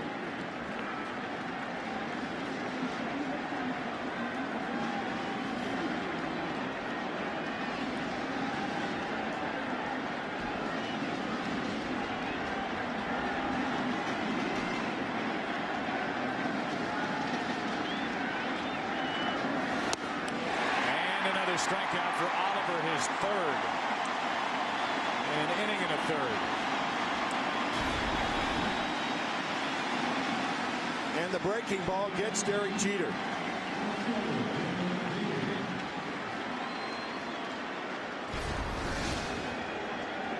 So Johnny Damon, who homered his last time up, right down the right field line. His first RBI of this postseason. Now 6 out of 26 overall against the combination of the Twins and the Angels. Ball 1 outside.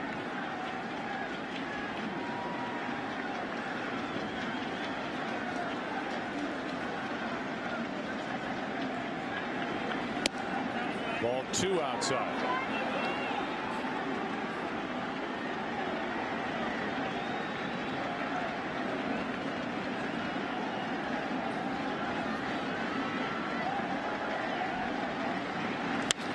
Pretty well hit and caught by Torrey Hunter. Got a good jump and caught the line drive to center. 2 out. Tonight on Fox, don't miss one of the most bizarre medical mysteries ever on an all-new House.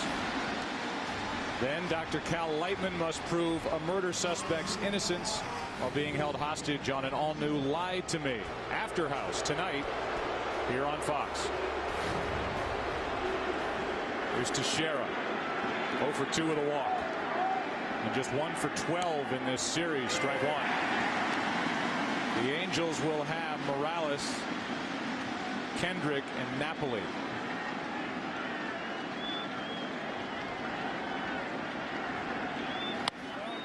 Down and in. 1-1. And this is almost assuredly the last batter that Darren Oliver will face, with A-Rod on deck and Jepson loose in the bullpen.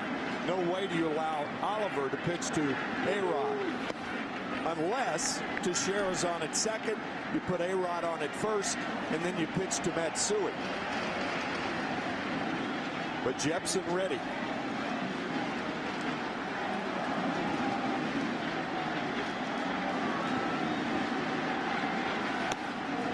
Inside. How about Vladimir Guerrero, who just showed on the bench?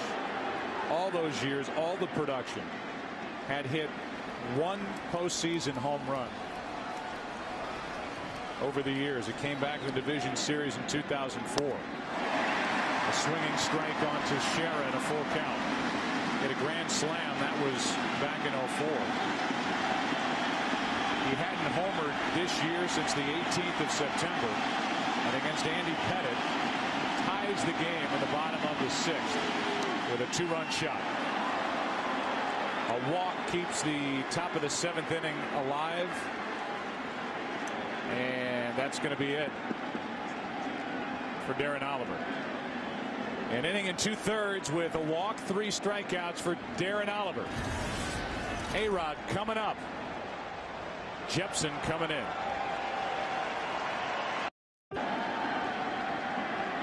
Kevin Jepson into the game, relieving Darren Oliver, and here is Rodriguez. Alex Rodriguez takes a ball inside. 95-mile-an-hour fastball. Teixeira at first. Third baseman Sean Figgins right on the line.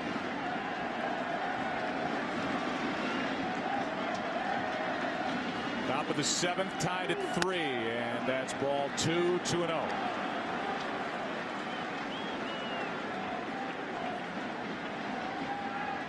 Outfield as deep as you can get without a ticket. Kevin Jepson, who spent some time in the minor leagues this year. Rookie right-hander. Brings home a 2-0. 3-0 with Matsui on deck. 3 of his 4, 6 of his 9 RBIs this postseason have tied the game or given the Yankees the lead. It's tied right now.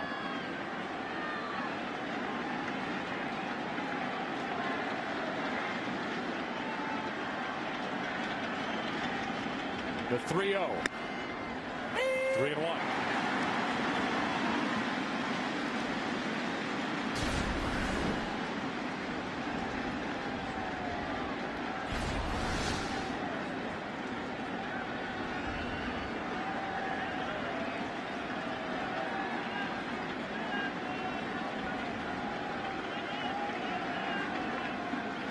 Hard hit and right at Figgins, who was on the line, and that ends the inning.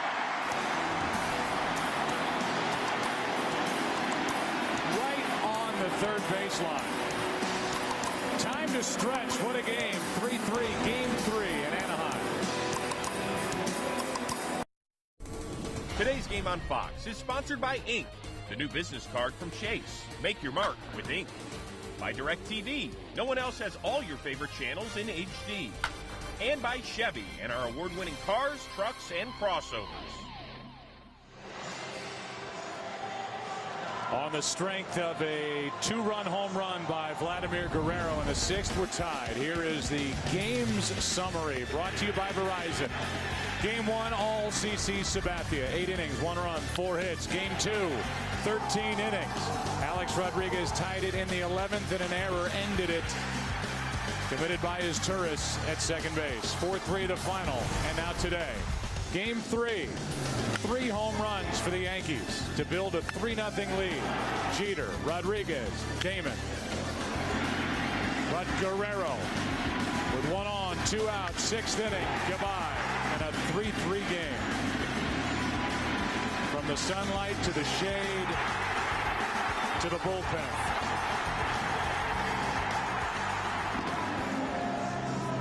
And once again, that meeting on the mound before that pitch to Guerrero. Joe Girardi looks directly at Jorge Posada, not at Pettit. And you've got to believe that Girardi, a former catcher, is saying, don't throw him a strike. Throw the ball under the plate if you have to. And sure enough, the cutter in on the hands. Guerrero got the head out to tie it. Man. With a switch hitting, Kenry Morales first up. This could be the last hitter for Andy Pettit. Jabba Chamberlain's ready to go in the bullpen, and Joe Girardi would rather have Morales hit right-handed and then go to Jabba Chamberlain.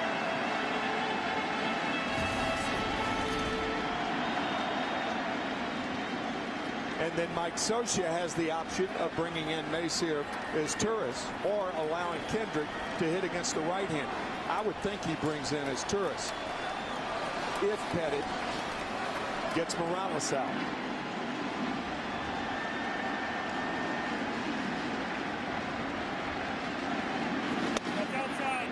Outside ball 1. Kendry Morales has hit .391 over his last 32 home games. Regular and postseason combined with 34 RBIs, 11 home runs. He's 0 for 2 in this game, and he takes strike 1.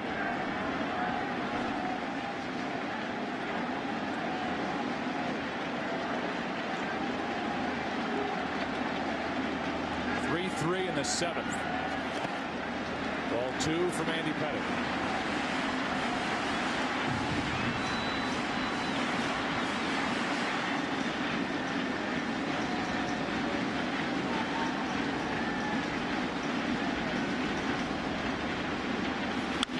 Up to get it, and a fly ball down the right field line, slicing foul, just foul. And Morales, who had a great look at it, started, stopped, started again, thought it might come back and hit on the line.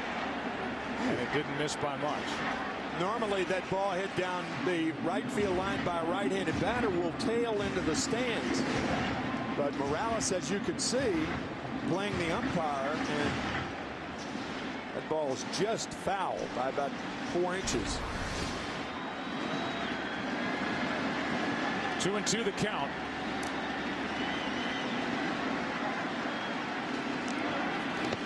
And now full.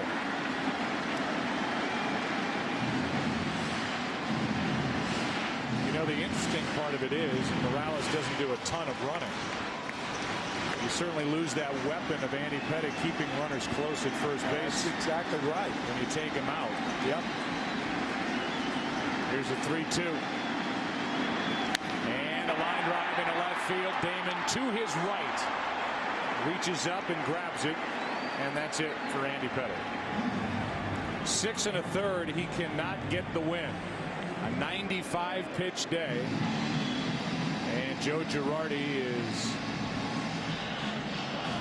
walking to the mound to make the change. 3 runs on 7 hits allowed. A no decision day for Pettitte into the Yankee bullpen. Tied at 3 in the 7th inning of Game 3. This copyrighted telecast is presented by the authority of the Office of the Commissioner of Baseball and may not be reproduced or retransmitted in any form. And the accounts and descriptions of this game may not be disseminated without express written consent. Andy Pettitte on the right, the starter for the Yankees, and the DH Vladimir Guerrero for the Angels on the left. Now Kendrick shoots one into deep right, facing Chamberlain, and this ball is off the wall. Kendrick digs around second, flies to third. A wild triple.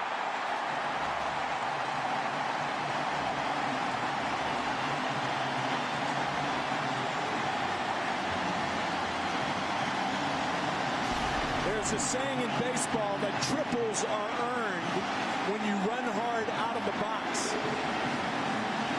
Kendrick giving himself a chance to be on third with 1 out.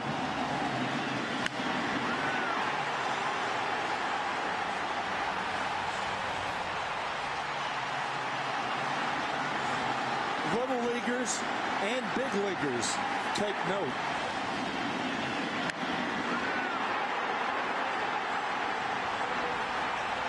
Jabba not behind third base until belatedly to back up the play.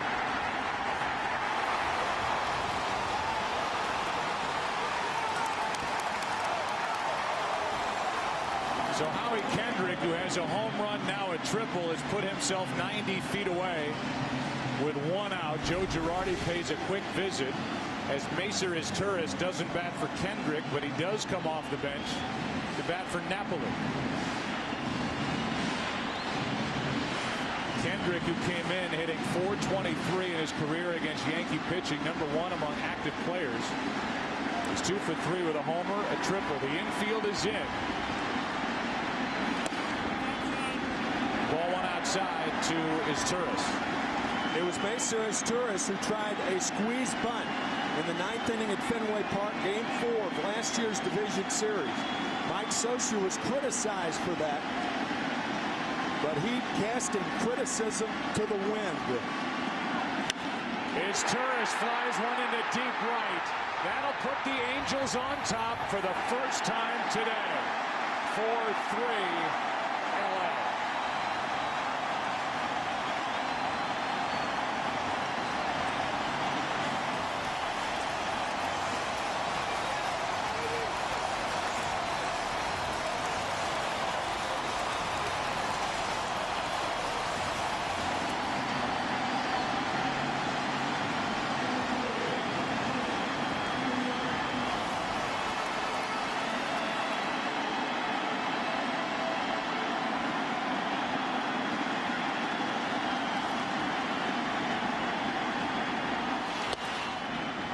Takes a strike. 2 out in the inning, and his Torres right off the bench unties it with a sac fly to right.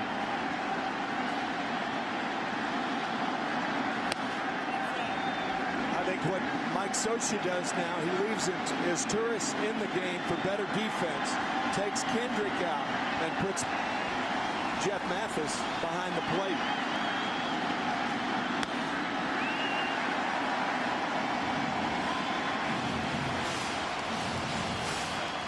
It was getting awfully late for the Angels. Last inning, 2 out, a man on, when Vladimir Guerrero tied the game with a home run off Pettit. Now the Angels have the lead in the count 2-2 on Ibar. In the 8th inning for New York, it'll be Matsui, Posada, and Cano. No decision in this game for Andy Pettit.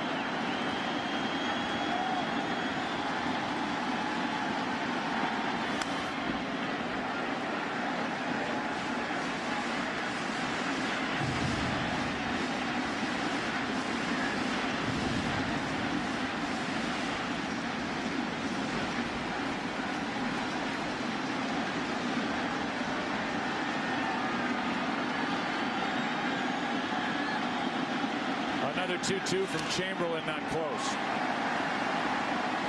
I said it was Macer Izturis who was up there that didn't get the bunt down last year. It was Manny Ibar who didn't get the bunt down. Eric Ibar, not his younger brother, Manny, who plays for Tampa Bay. Here's a 3-2 pitch and a rocket down the right field line. Ibar will dig for second with a 2-out double. And there's an extra run in scoring position.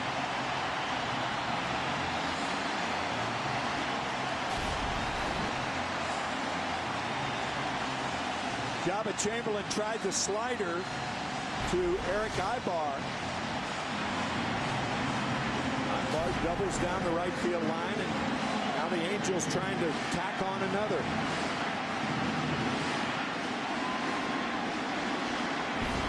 Chamberlain certainly a weapon this postseason out of the bullpen.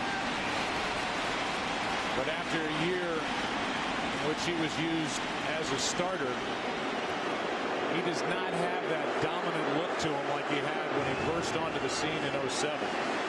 We talked about it the other night, talking about my view that Chamberlain has been mishandled this year by the Yankees and the Yankee organization.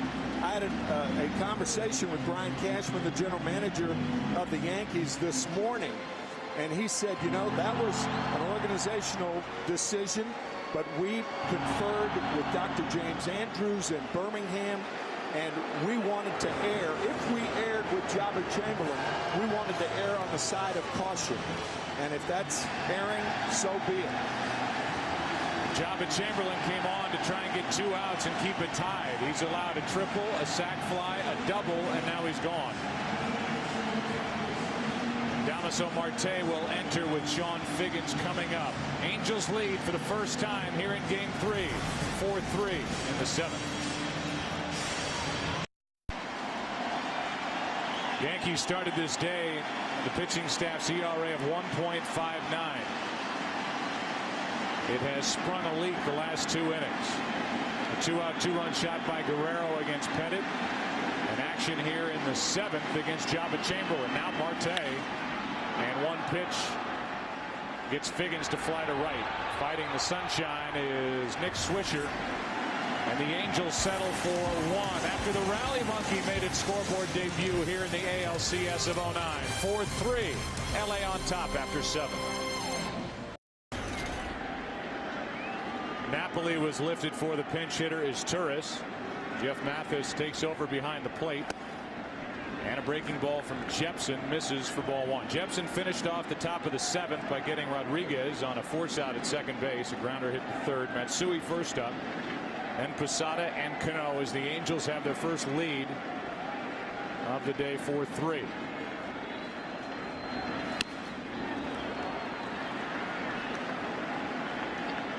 Only other time they've led was in the 11th inning in Game 2 after the RBI hit by Figgins. That was quickly erased on the leadoff home run by Alex Rodriguez. Ball 3, 3-0. Matsui has singled, walked, and struck out.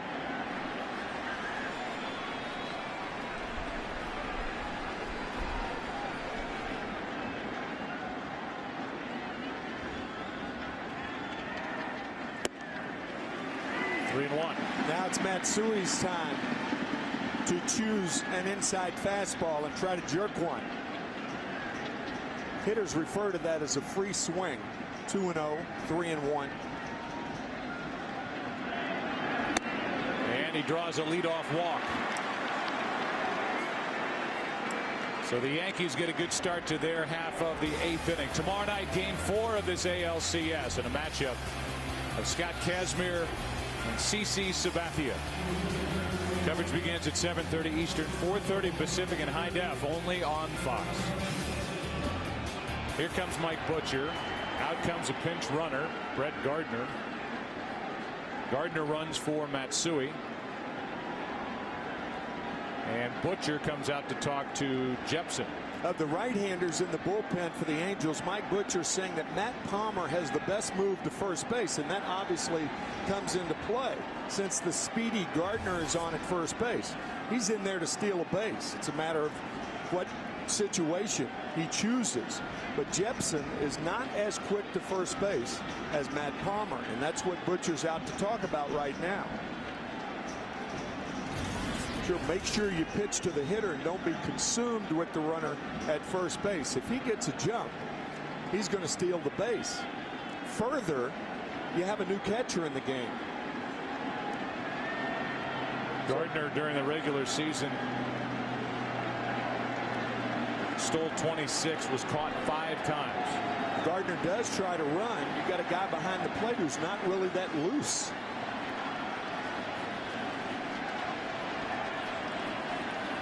Batter is Posada. Time called. Holding the ball. That's the best deterrent to the stolen base threat. Of course, a strong arm behind the plate. A lot of right-handers will hold the ball, hold the ball, hold the ball, and make the runner at first base wait.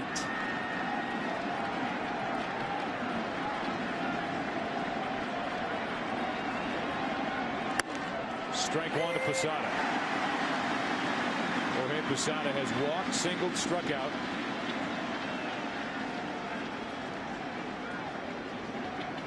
Cano will follow, and Brett Gardner with the tying run at first with nobody out.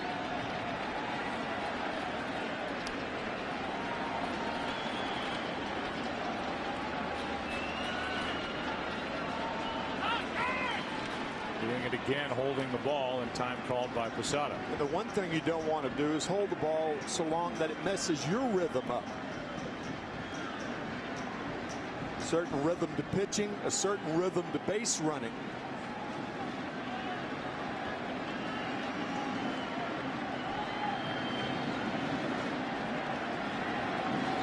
Big lead at first. And Gardner back easily. Big body of the rookie, Kevin Jepsen.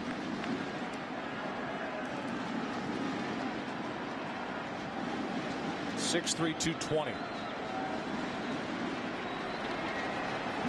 25-year-old who was born right here in Anaheim.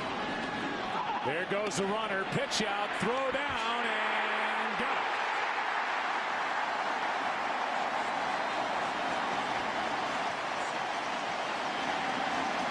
That was called from the bench. We talked about it earlier. How many managers make those calls? Socia calls for the pitch out, the throw by Mathis right on the money, and a quick tag by Ibar. One of the keys there also was strike one. If the first pitch is a ball, you can't pitch out. But because the first pitch was a strike, at worst, you even the count. That's an organizational putout right there at second base. From Socia to Mathis to Jepsen. Now 2-1 on Posada.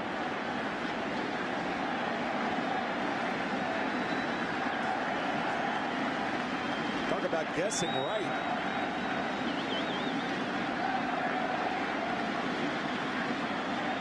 2-1.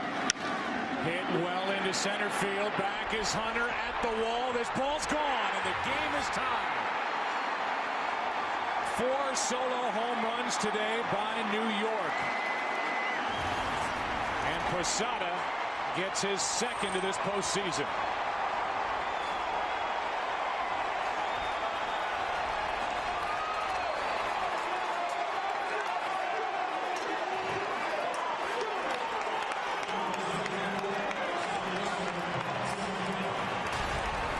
After the caught stealing, the Yankees tie it.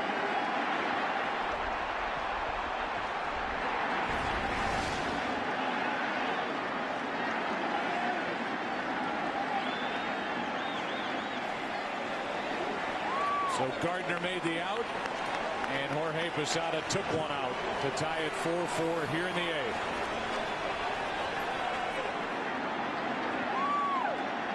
The 11th career postseason home run for Jorge Posada. What a game yet again. And a breaking ball from Jepson is in for strike 1.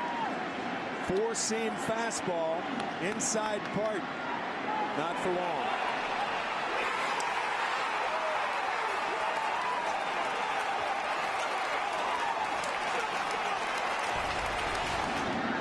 One through 9, these Yankees can jump up and fight you.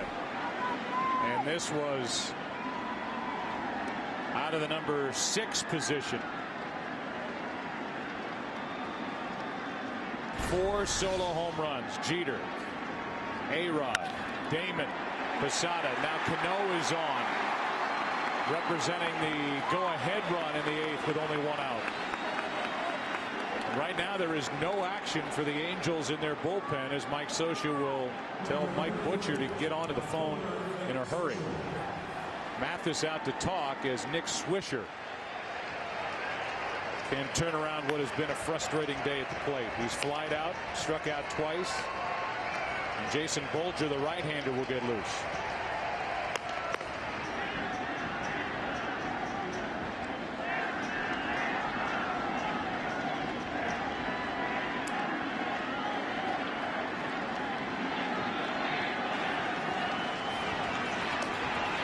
Phil Koch is the lefty. Phil Hughes is the righty. Girardi has already used Jabba Chamberlain and Damaso Marte.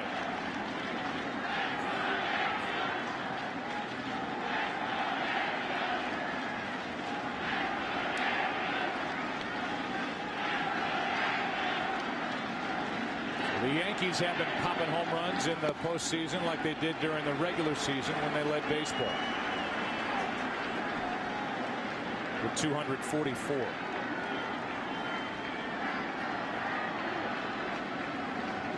(2-0) is the count on Swisher.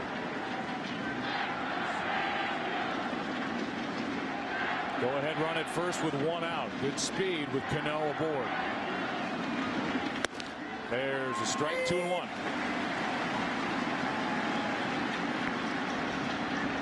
We talked about Swisher's 126 strikeouts earlier. You're in a hit and run count, tie ball game in the 8th inning, but you don't hit and run with a hitter who swings through pitches. So it's doubtful that that will be employed right here. And ball 3.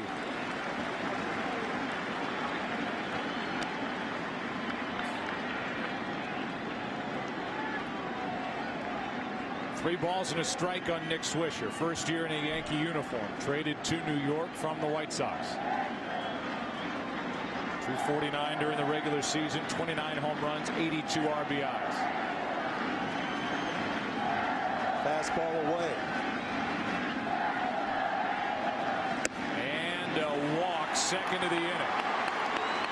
That puts Cano at second base. It brings Mathis to the mound. And that might be it for Jepson, who has been ineffective. Got that final out in the top of the 7th, but he's walked 2, allowed a homer, a single, and the number 9 man, Melky Cabrera, stands at home plate. The only out of the inning was Gardner thrown out stealing. And how big is that right now? The pitch out called by Scioscia. And a good throw by Mathis to get Gardner. Socha will stick with the rookie Jepson.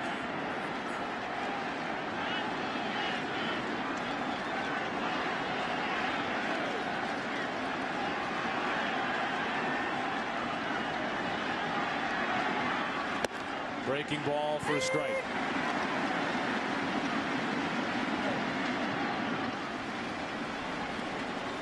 The Yankees are 0 for their last 18 at the plate with runners in scoring position. They have their 4 runs today on 4 home runs. Bad ball down and in, and a swinging strike.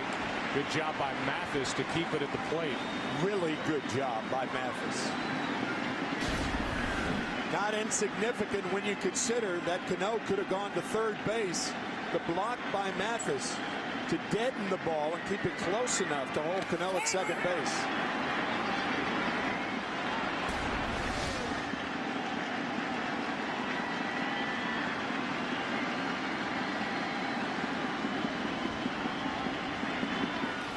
Another one that skips in, and Mathis blocks it.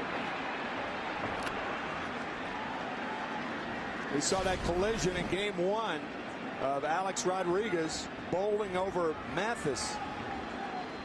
And the courage to hang with it, that tenacious play of holding on to the ball. And now 2 big blocks in this inning.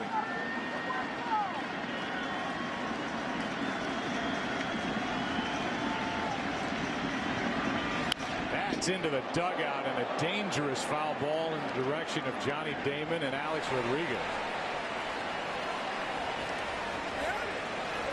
Melky Cabrera almost eliminated the biggest threat the Yankees have in their lineup. Get down, guys. And that hit right in front of Rodriguez, who ended up on the ground.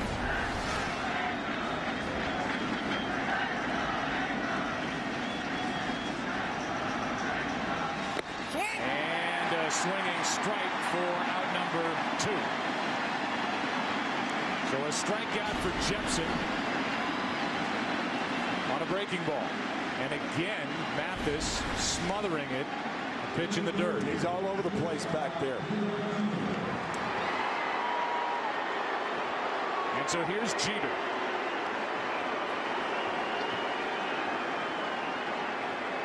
Playing in his 129th career postseason game. Most all time. Has homered in this game. His 20th career postseason home run. Has more hits than anybody in postseason history. 2 on, 2 out. Ball 1. Robinson Cano dancing off second base to try to get a good jump on a hard hit ball to the outfield.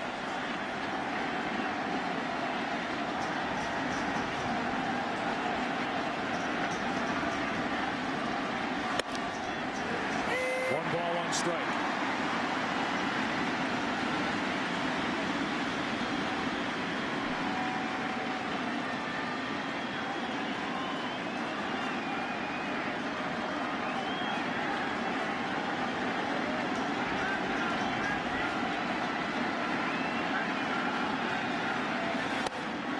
Jeter takes strike 2.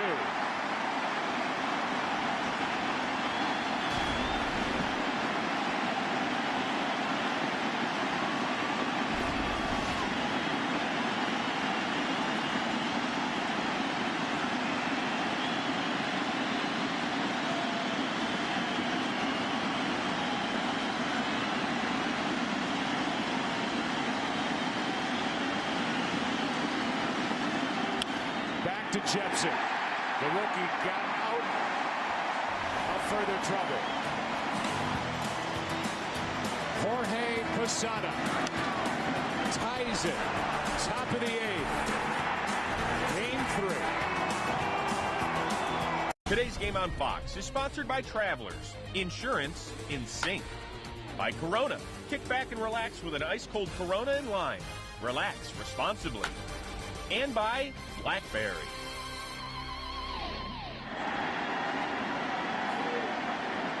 Phil Cope takes over, the left-hander. Fourth pitcher of the day for the Yankees. How long will he be out there? Two right-handed batters to follow. Phil Hughes in the bullpen. First up is Abreu.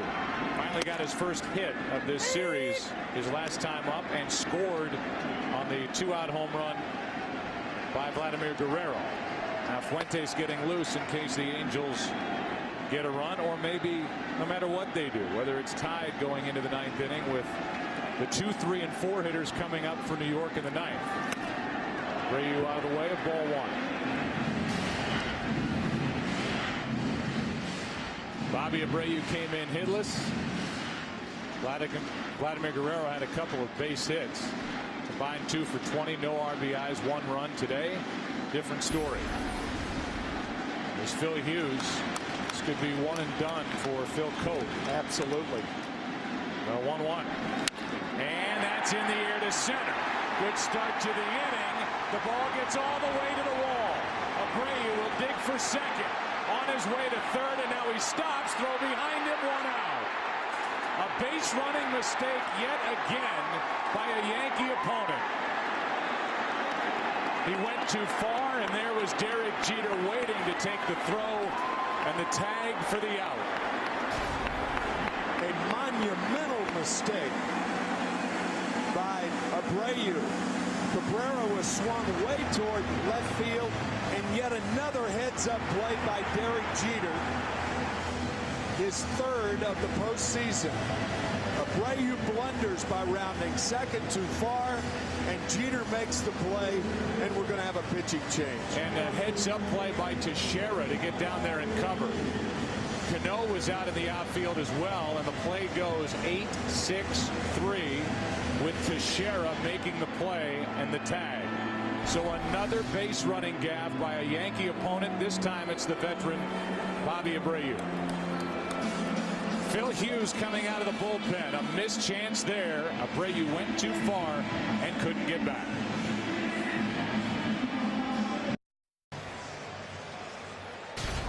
Bobby Abreu put it in a good spot, kept on running, and thought better of trying to take third to start the inning. Couldn't get back.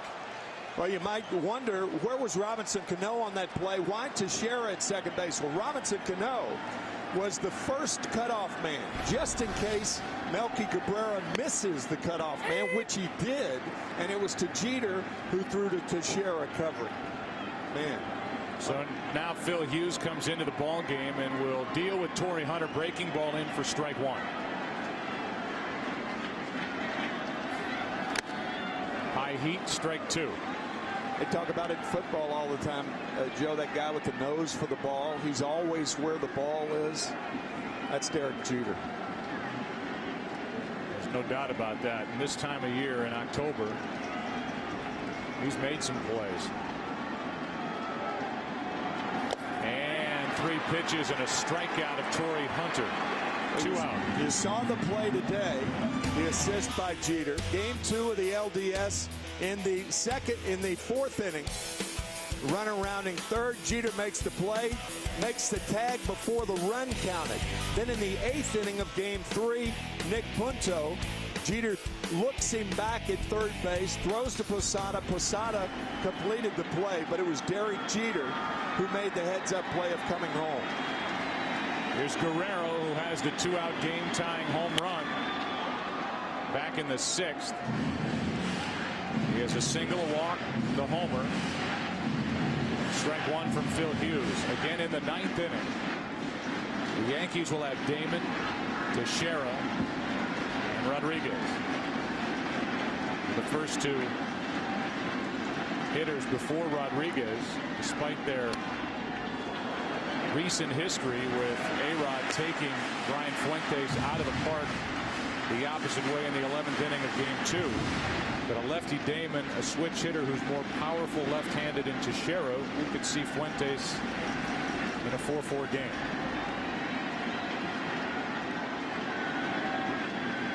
Here's a 1-1 to Guerrero. Good swings by Guerrero today. Upset that that one wasn't put in play, and it's 1-2.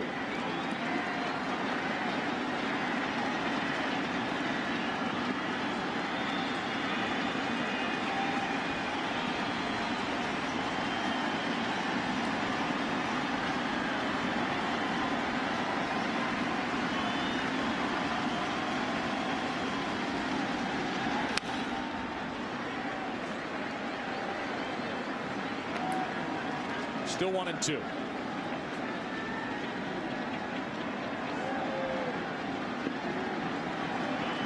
Leadoff double by Abreu, outrunning the bases. Hunter struck out on 3 pitches, and now a 1-2 pitch again to Vladimir Guerrero.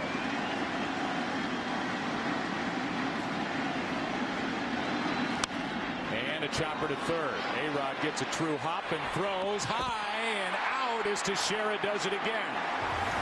He's done it this entire postseason, especially in the ALCS, stretching, taking throwing errors away. Got the tag on Guerrero, tied into the ninth.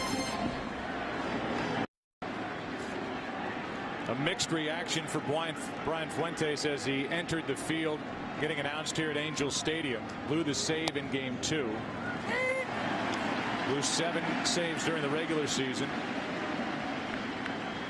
And he deals with Johnny Damon. So much hanging in the balance for the Angels right now. Down 2-0. Blew an 8th inning lead. Here's Damon breaking his back and grounding out to Kendrick to start the ninth in a 4-4 game. Today's Travelers game-changing play.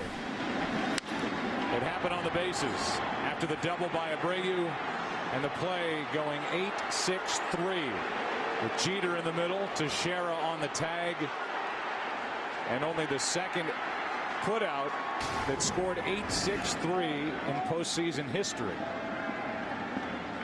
And the other one, the Giants did it to the Yankees in 1951. How about that? Now, the interesting thing about that play, there was nobody behind Jeter to tell him where to throw the ball. His initial reaction was to third base because he thought Abreu, from the crowd sound, and he had his back to the play, but the crowd sound, he thought Abreu was going to third base, and that's why he was a bit surprised when he turned around, because nobody's there to tell him. Nobody's there to yell where to go. So he had to make up his own mind, adjusted, and got Abreu. Teixeira is really struggling with the bat. See, there's nobody around Jeter right there, so his first responsibility is third base.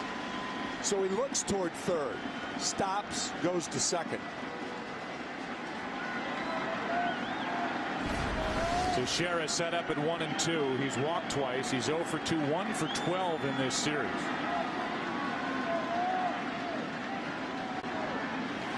And cannot hold up. Strikes out. 2 gone.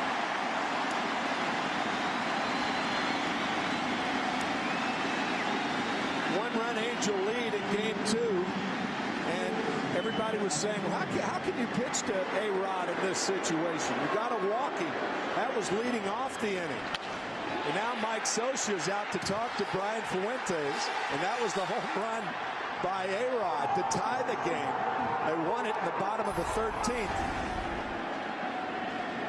How many times do you see a tie ball game with nobody on and the manager out to talk to his closer? Not often. Bulger's getting loose. Remember, Matsui was lifted for a pinch runner, so you have Gardner in the next spot. Jerry Hairston Jr. is already in the on-deck circle, and here comes an intentional walk. How about that? To Alex Rodriguez. Ken Rosenthal, give us more on reaction from pitching to A-Rod leading off in the 11th 2 nights ago. Well, Joe, Brian Fuentes was second-guessed even inside his own clubhouse for throwing A-Rod an 0-2 fastball away. Torrey Hunter told a bunch of us yesterday, right before the pitch, I wanted to just call timeout. 2 fastballs in, A-Rod didn't even budge. Then we threw one away. That was weird. Now, Hunter added they had plenty of opportunities to score, but his message was clear. So not even playing around with Rodriguez, who was homered in this game. He gets the intentional walk, and now Jerry Hairston Jr. in his 12th year, who got a postseason at bat for the first time and made it count 2 nights ago, leading off in the 13th inning, got a base hit and scored the winning run. The end of that play that started with the throwing error by Macer Turris. If you as a regular player can second guess a pitcher when he throws a pitch, does the pitcher have the right to second guess you as a hitter or you as a fielder? That type stuff will eat a ball club up.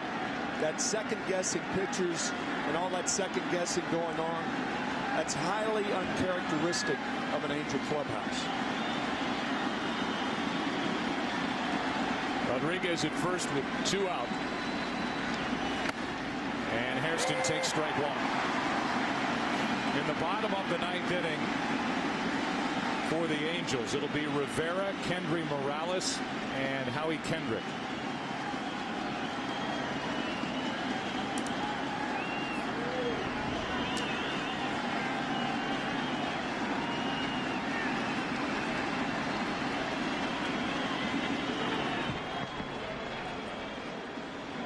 Just in case you're wondering, Rodriguez, who has a rather small lead, bad hip and all, did steal 14 bases during the regular season, was caught only twice.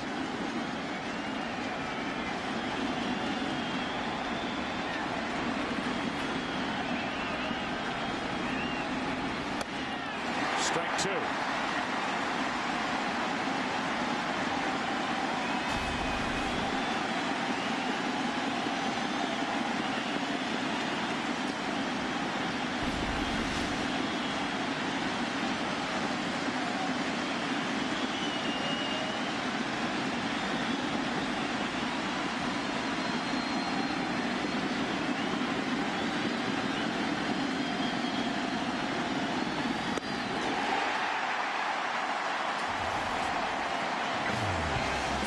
For the scoreless 9th. Tied at 4 going into the bottom half.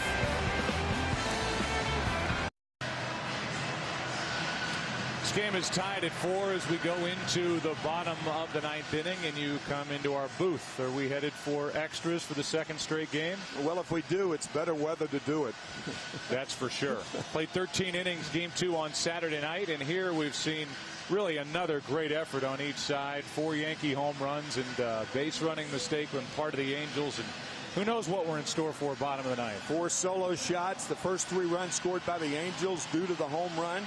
Howie Kendricks had a big game, a triple and a homer. What a game. Phil Hughes stays in the game and will work to Rivera, Morales, and Kendrick. Juan Rivera is hitless in this game. Hit 25 home runs during the regular season. Has not gone deep in 22 at-bats this postseason.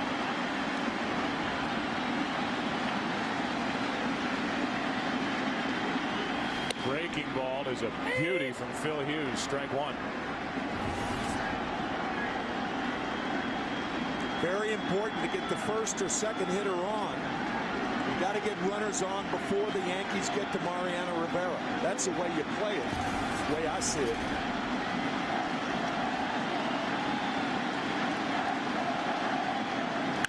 Hard hit, but right at Jeter. 1 out. What a difference Phil Hughes made in the bullpen for the Yankees.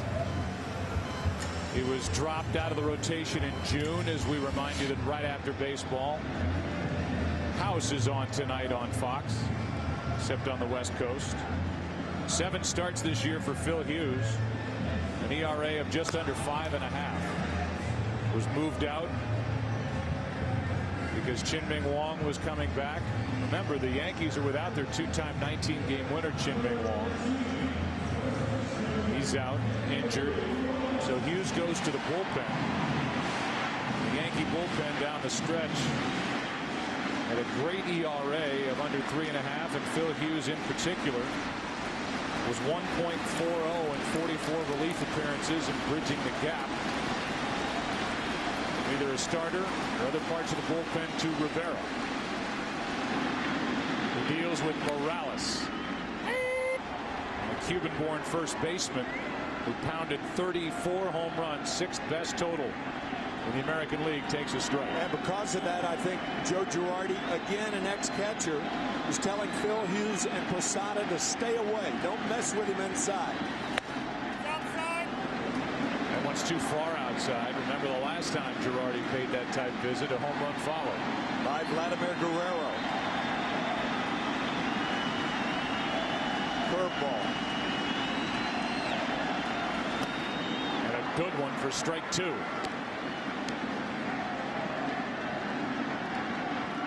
There's the discrepancy. Left-handed 30 of his 34 home runs. He gets that advantage against the right-hander Hughes here. Another hook. And Morales laid off. 2-2. Henry Morales tried to defect 12 times, was successful his 12th attempt at defecting from Cuba. 15 days shy of his 21st birthday. Entered the Angel organization. The heels of a great year, and he rockets one. A sinking line drive caught by Teixeira.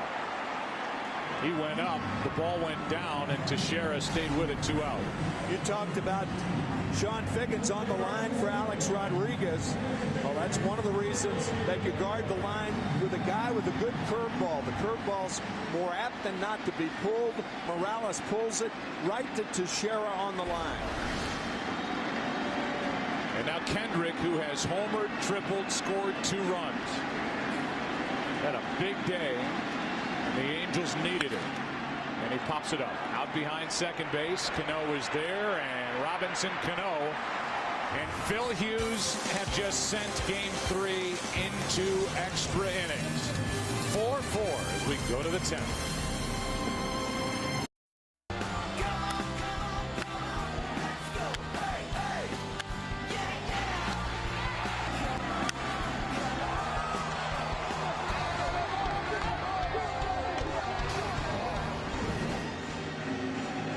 Word is Chicks dig the long ball. They must like this game. We've seen plenty of it as Jason Bulger takes over. He doesn't want to see any of it as he pitches in the 10th inning. And he will work to the guy who hit the last home run we've seen in this game, Jorge Posada, who did it with 1 out in the 8th inning to tie the game at 4. His 11th career postseason home run. His second of this postseason.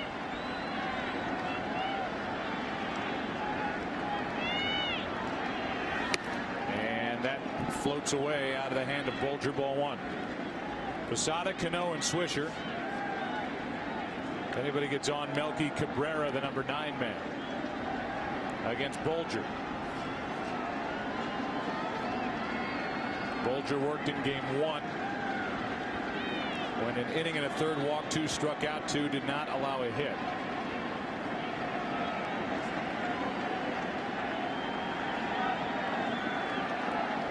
Posada's been on base 3 times in this game. Ball 2.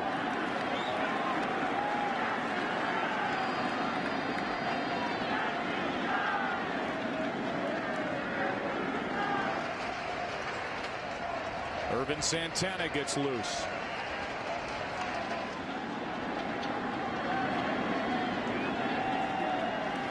That's ball 3 high. Irvin Santana was on the mound when game 2 ended. Because of the economy of pitches for Phil Hughes, he's only thrown 16 pitches. Going through an inning and 2/3. Once the Yankees get the lead, it looks like he'll trot back out there for the bottom of this 10th. If they get the lead, it's his turn. That's strike 1. 3-1.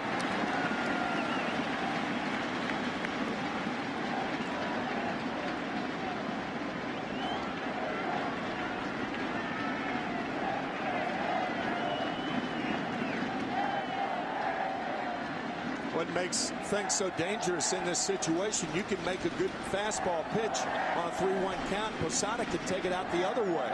Power to all fields. She did at the Twins in game 3 of the division series. It's now full 3-2. That's some curveball on a 3-1 count by Bulger.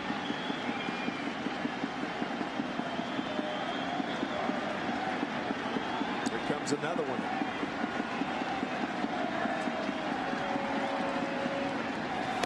A strikeout as Bulger battles back from the 3-0 count.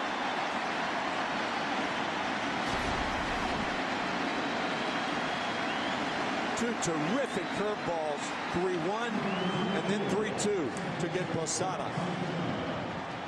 Look how tightly wrapped that pitch is. Fuentes went 1 inning, allowed no runs or hits. The 1 walk was an intentional walk to Rodriguez, and he struck out 2.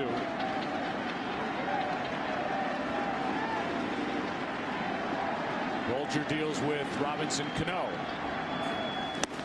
who can take you deep. He hit 25 home runs during the regular season. Swisher next hit 29.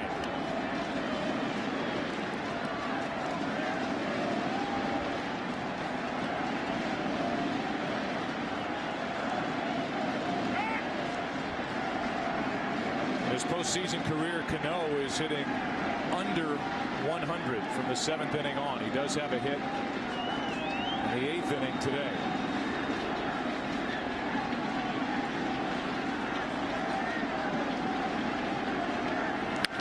To the second baseman, Kendrick. 2 quick outs for Jason Bolger. 30-year-old right-hander, turned 31 in December. It's in Snellville, Georgia. Bolger, who's been up and down in this organization since 2006. Scott Shields, who's been so good over the years for Mike Scioscia, out with a knee injury. It's a big hole that guys like Bolger and Palmer, postseason Santana, Jepson try to fill. 2 out, nobody on. Swisher takes the ball outside.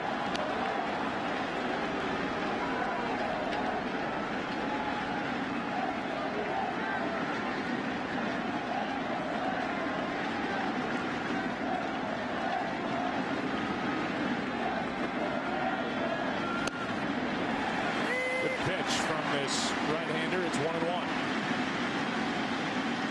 John Lackey will start game 5 if there is one. It's pretty clear that Bolger is not going to give Swisher a fastball to hit. If it is, it's going to be away. Good rip, but strike 2. You don't mind him punching a single. You don't want him to pull a home run.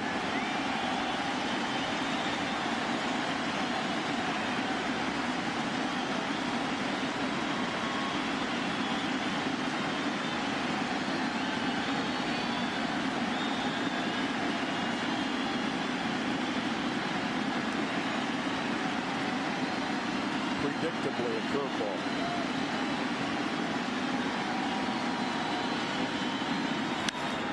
And that's flipped down the left field line, foul.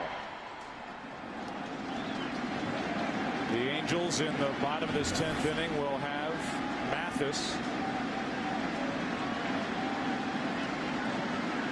followed by Ibar and Figgins.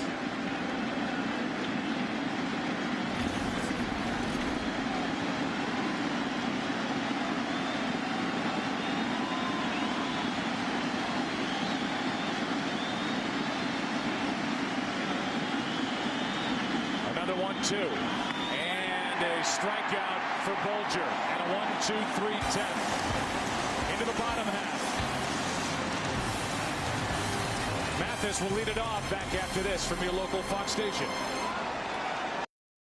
You're watching the 2009 ALCS on Fox.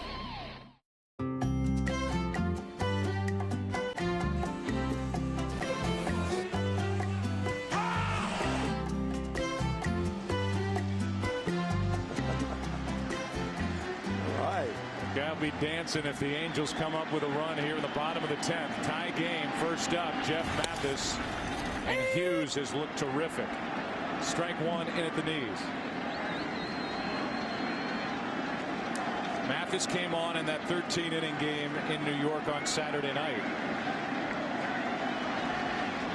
Hit a double in that game. That was in the 12th with 2 out, nobody on, against Robertson, but he was stranded. Trying to get it going here in the 10th.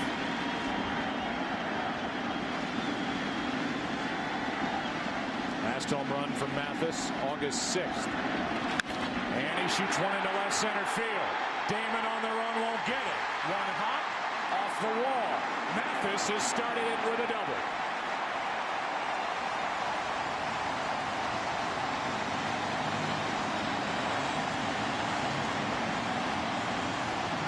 If Mike Scioscia chooses to do so with the potential go-ahead run, winning run at second base, he can pinch run for him because the Angels are carrying a third catcher. So are the Yankees. But do you pinch run Reggie Willits in this situation? Clearly the faster runner. And if you don't score, then you have to bring in Bobby Wilson to catch the top of the 11th inning. To me, you try to win it. And Mathis runs pretty well for a catcher, but you have the faster running Willits on the bench. The interesting part of this, too, is that Joe Girardi has Rivera getting loose. Yeah. And he just sent Posada out to talk. And Mike Parkey says he's ready, and we could see Rivera here in a tie game, and we will. So Hughes gives up his first hit in an inning and 2/3. And Rivera will come on after the leadoff double to try and send it to the 11th. 4-4 here in Game 3. If you're wondering why Joe Girardi's willing to bring Mariano Rivera on here in the bottom of the 10th now, why didn't he start the inning with him? He was trying to sneak Phil Hughes through one more inning and hold Rivera, because on the road you try and keep your closer for the bottom of the inning for the opportunity when you get the go-ahead run. Well, Joe Girardi now is going to use his biggest weapon out of the pen to try and keep it tied instead of trying to get a save. And Mike Scioscia thinking. Do you pinch run Reggie Willits? Do you bunt here? I think the fact that Rivera's in the game, you almost have to bunt in this situation. It's Eric Ibar. Winning run in second, nobody out. And strike one. I'm sure Rivera is no pleasure to hit against. He's no pleasure to bunt against either. May remember the play in the 2001 World Series Game 7 when Mariano Rivera made an overthrow of second base. He lost that game to the Diamondbacks of Arizona. This is a straight sacrifice.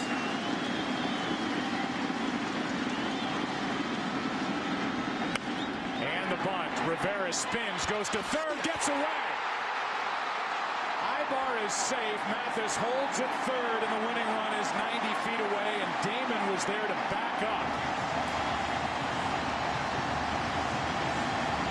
And we just talked about the error by Rivera in the 2001 World Series. And wouldn't you know it, Rivera to A-Rod in the dirt.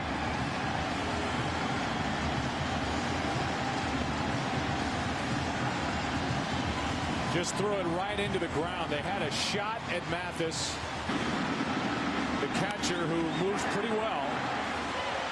Got to third and then held there as Damon was backing up the play. Good work by Johnny Damon. Saved the game momentarily.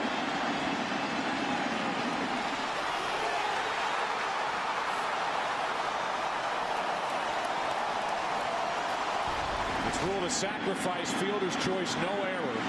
The infield is in. Figgins could win it. Outfield in as well, and a strike in at the belt to Sean Figgins, who's 2 for 10 in his career against Mariano Rivera. Everybody is pulled in.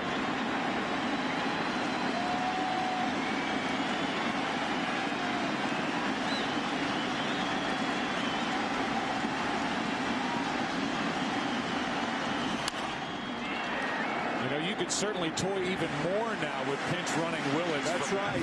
I was thinking the same thing, Joe. I mean, if you're going to carry 3 catchers, now's a time where you need speed at third to win the ball game. That's exactly right. So you send your fastest guy in there. Again, Mathis runs better than most catchers, but he's not as fast as Willits. 0-2 pitch. And a grounder to first. Diving stop. Runner holds. 1 out. Down to second is Ibar. And that's the first out of the inning. Mathis stayed at third. Ibar down to second. Teixeira again.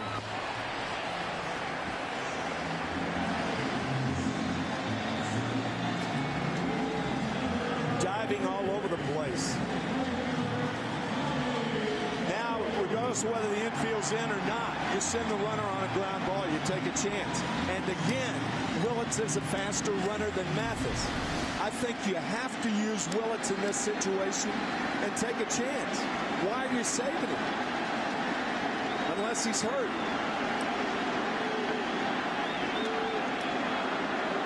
The intentional walk to Bobby Abreu to load the bases for Torrey Hunter.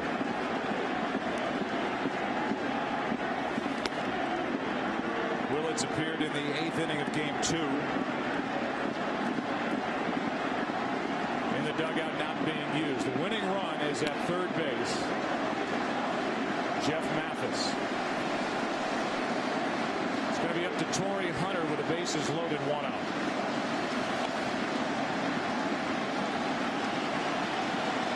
Torrey Hunter runs too well to play your infield in double play depth. I think you almost have to keep him in for the force at home plate. When you bring the infield in, for the most part, what you've said is we're not going for the double play.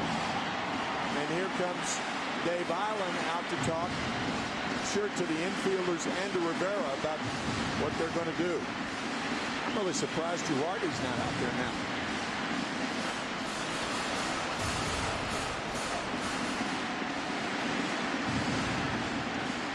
Not to belabor the point, but even the force at the plate is easier with Mathis running than Reggie Willits. I agree. Unless the ball's hit right at somebody. Well, here's the opportunity the Angels need to get back into this series. House is coming up next, except on the West Coast. And now Joe Girardi comes out of the dugout, and he's going to make a defensive switch. He's going to take Johnny Damon out of the game, put Jerry Hairston, who right now is in the DH spot, into the outfield. And so the Yankees lose the DH. Yeah, the pitcher is inserted automatically into the DH spot. And Hairston is in left field. A good move by Joe Girardi, giving himself every opportunity. Of course, Mike Scioscia is making sure with home plate umpire Bill Miller. Hairston a much better arm than Damon, and he'll have to be reminded to play shallow. Gets a chance to warm up. And he'll bat. He stays in the 5 spot. The pitcher will bat in Damon's spot. But that could be academic if Torrey Hunter ends this game. Bases loaded, 1 out.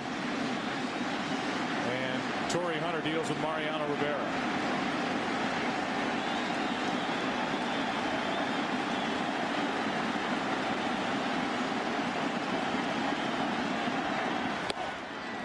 Ball 1 inside.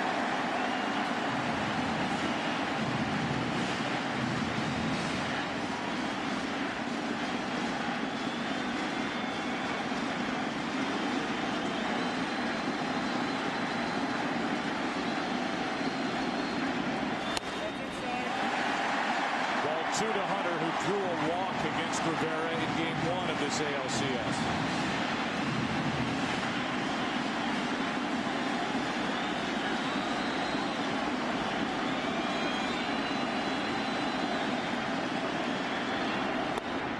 Two and 1.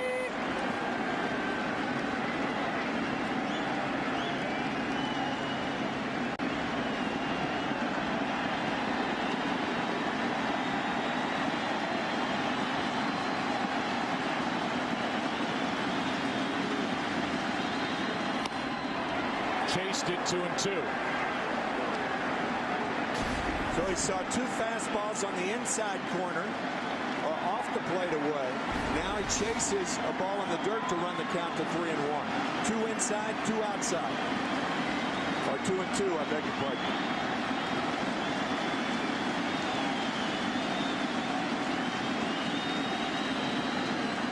Bases loaded for Hunter, and that's to first. Teixeira comes home. Out, no other play. No matter who was running there, Willits, doesn't matter.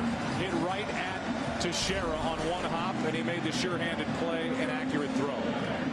Off the end of the bat for the force. Well, the Angels already got one big blow from Vladimir Guerrero, and they ask for another. A 2-out game-tying home run off Pettit in the 6th. Everybody back at normal depth, and a ball inside to Guerrero. Mariano Rivera has such movement on his pitches that at times Posada has botched some balls, not in the dirt, but balls that are above the dirt. Strike one on Guerrero. Mariano Rivera has walked only 18 in 125 career postseason innings. Came back from a 2-0 count to get Torrey Hunter.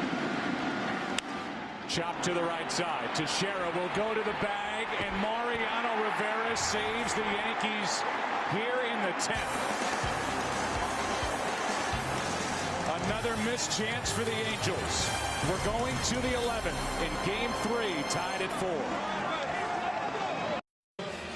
Well, Mariano Rivera comes out of the bullpen and gets help from Teixeira on this play. Angels had first and third, nobody out, and don't score. Rivera's on the front end of it. Teixeira helped out with his glove. And it was reminiscent of Game 2 of the division series when David Robertson took care of the Minnesota Twins with their opportunities as Irvin Santana takes over. Realize that because Joe Girardi used Jerry Hairston Jr. in the outfield, Mariano Rivera is due up third in this 11th inning.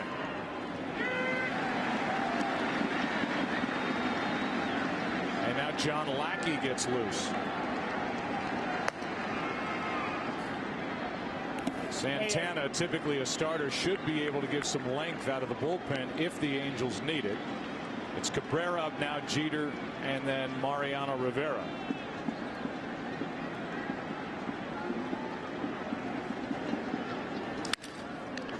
Broken back, ground ball right side. Cabrera taken care of. And if you go back to Game 2 of the division series with Robertson, who had given a hit to load the bases, line drive to Teixeira. Another one to Teixeira, who came to the plate. And then a fly ball to Gardner. And just like that, the Yankees were out of trouble. Teixeira won the game with a lightning quick home run down the left field line. The Yankees went up 2-0 and swept that division series. And there is David Robertson. It has blossomed into a big weapon out of the bullpen for New York. Santana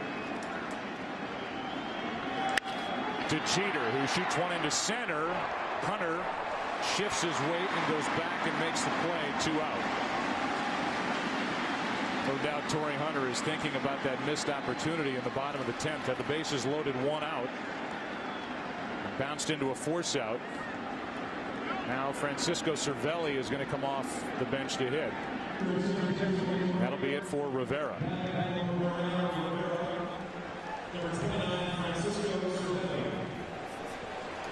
So you know, Rivera 0 for 5 in his career. With a walk.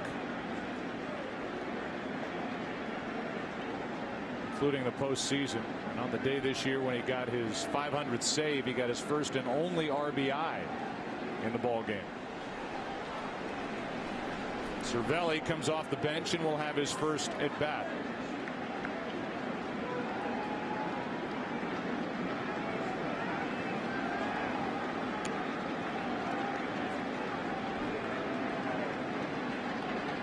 Two out, nobody on.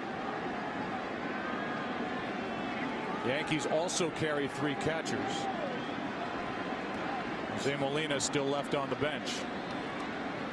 For Rivera, more magic. Ends up pitching a scoreless inning, and his career postseason ERA is 0.72 after that effort. And the breaking ball is over the head of Cervelli, ball 1.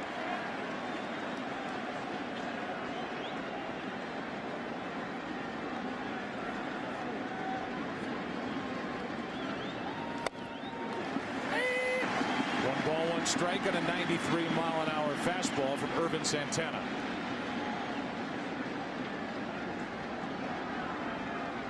Jose Molina this year missed time with a strained quad, and Cervelli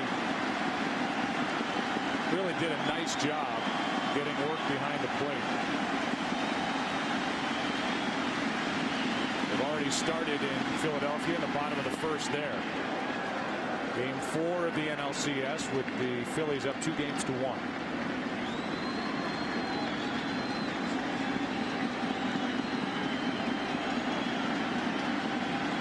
But we're glad you're with us in the 11th. And Cervelli down swinging to end the inning. Bottom of the 11th rolls in. Rivera, Morales, Kendrick coming up. Robertson coming in. Tied at 4.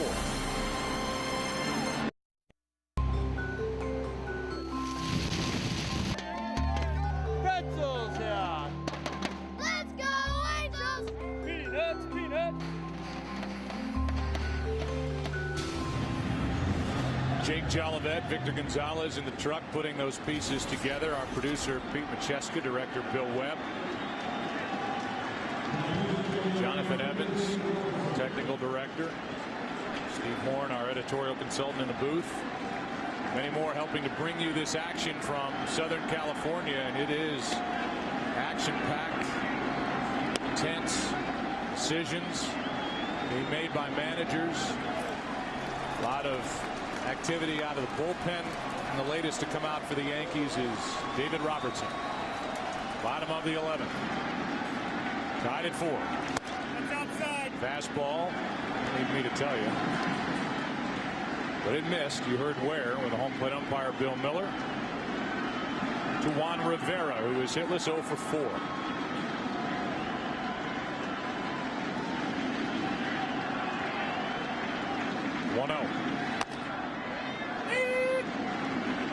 One ball, 1 strike.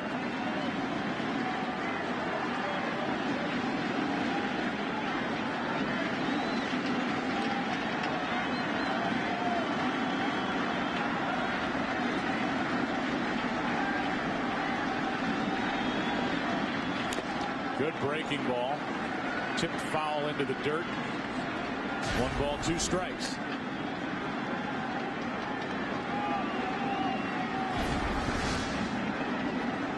Rivera's bounced into a force-out, fly to left, popped up, grounded out.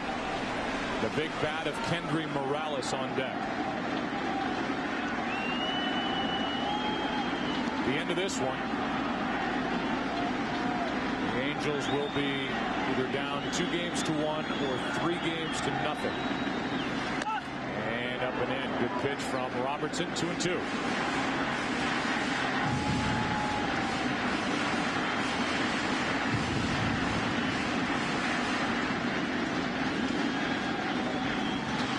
Aceves, the right-hander, getting loose.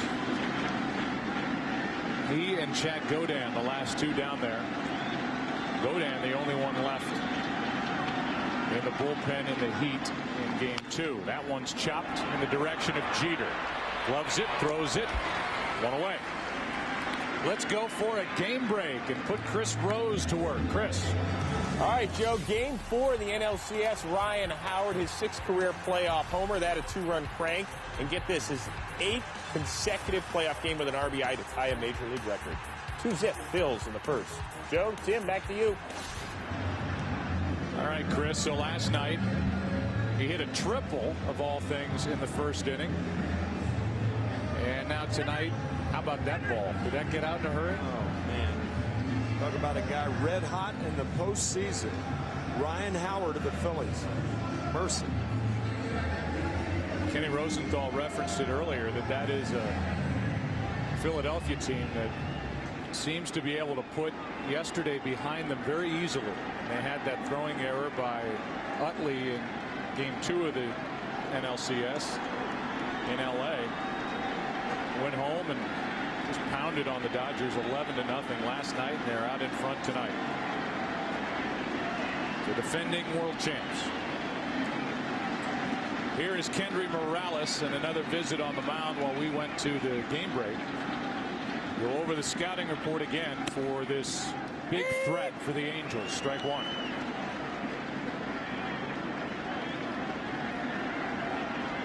Girardi's been busy.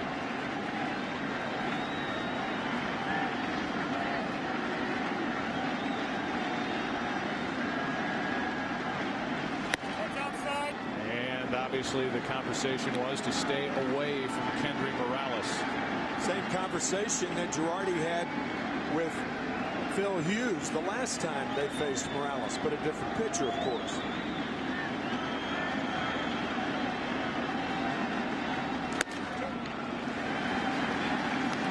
Two and one. The only home run that Morales has in the postseason, an inside fastball from Josh Beckett.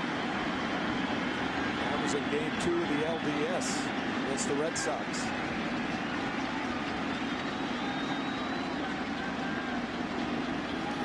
Outside. Not getting that outside corner, and the count's gone to 3-1 in what is now a 4-hour 13-minute game after a 5-hour 10-minute game Saturday night into early Sunday morning at Yankee Stadium. 3-1 pitch. Full count. 5 fastballs away to Morales. This one catches a corner.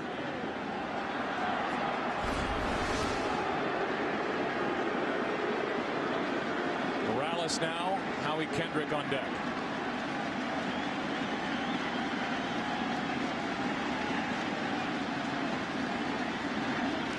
Popped up. And that's Jerry Hairston Jr. finding it and putting it away. 2 down. Kendry Morales now, the big threat in the lineup for the Angels, is 0 for 5 in this game and 1 for 13 in this ALCS. Joe, as you and I both know, I mean, it's really a roll of the dice when you sign a young pitcher. I mean, the Yankees signed David Robertson for $200,000. They signed Kei Agawa, a left-hander from Japan, for $46 million. Agawa's gone, and David Robertson is pitching in the postseason. It's a crapshoot. Here's an interesting move, to say the least. Yeah. 2 out, nobody on. Robertson faces 2 batters in this game, and he's gone. Aceves is coming on. Howie Kendrick is coming up.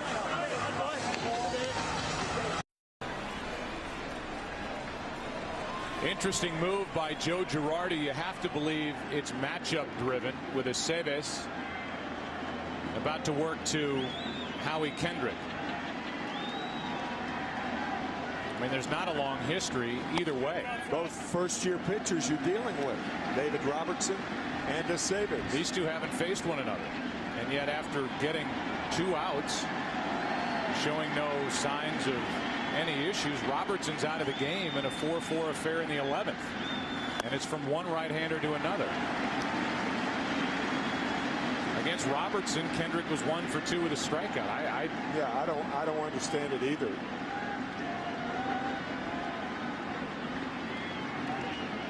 The 2-0. 2-1. This was right before he went to the mound. He went over, checked his books, and looked at charts. The history is virtually non-existent.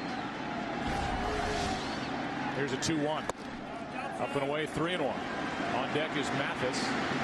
And now the Yankees are left with only Chad Godin in their bullpen.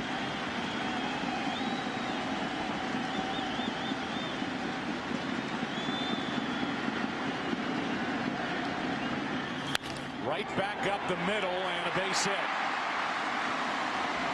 Right off or just past the glove of Aceves. The winning run is on with 2 out here in the 11th.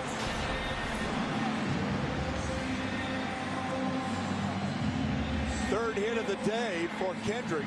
Single, triple, home run.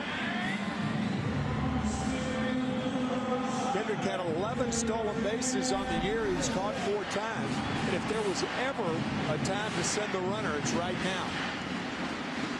Mathis has been good in the extra innings. An extra inning double on Saturday night. An extra inning double here in game 3 with a double leading off the 10th. That's what started the opportunity for the Angels. An opportunity they squandered.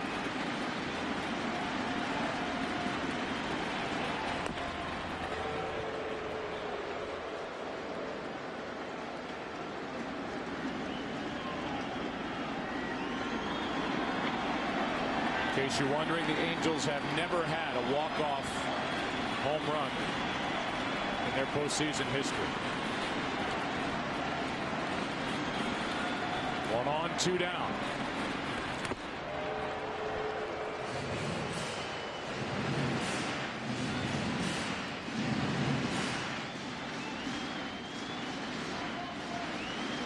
Posada had the bad shoulder last year, had surgery. Figures to be tested by Kendrick. Ball 1 inside.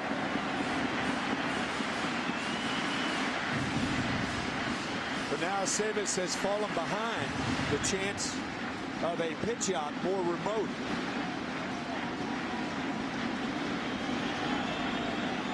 I mean, just looking at the pitching stuff between the two pitchers, David Robertson seems to have better pitching stuff than Alfredo Aceves. I know he was good out of the bullpen, racked up 10 wins. Here's a shot into left center field. This ball is over the head of Hairston. Here comes Kendrick.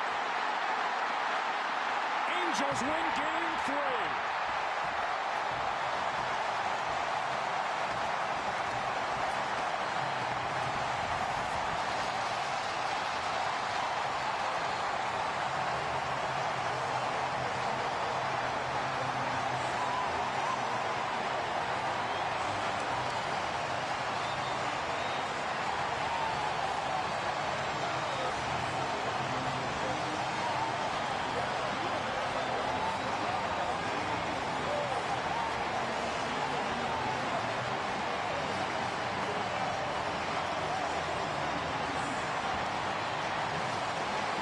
We talked about it, the decision of Joe Girardi to remove David Robertson and bring in Alfredo Aceves.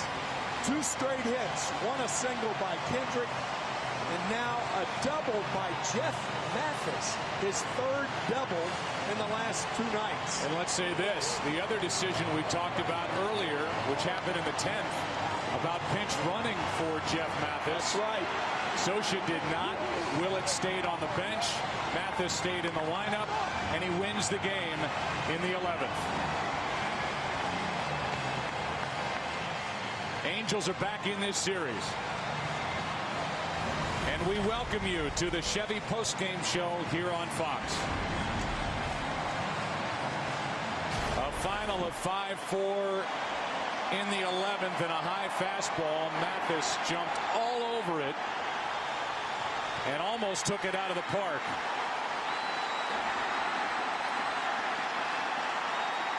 Kendrick scored, and the Angels are on the board in this series.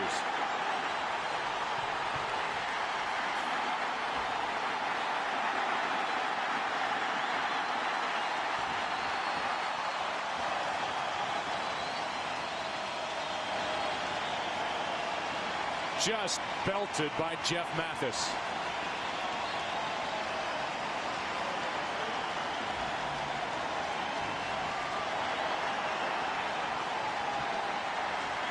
Let's go down to the field and check in with Chris Myers.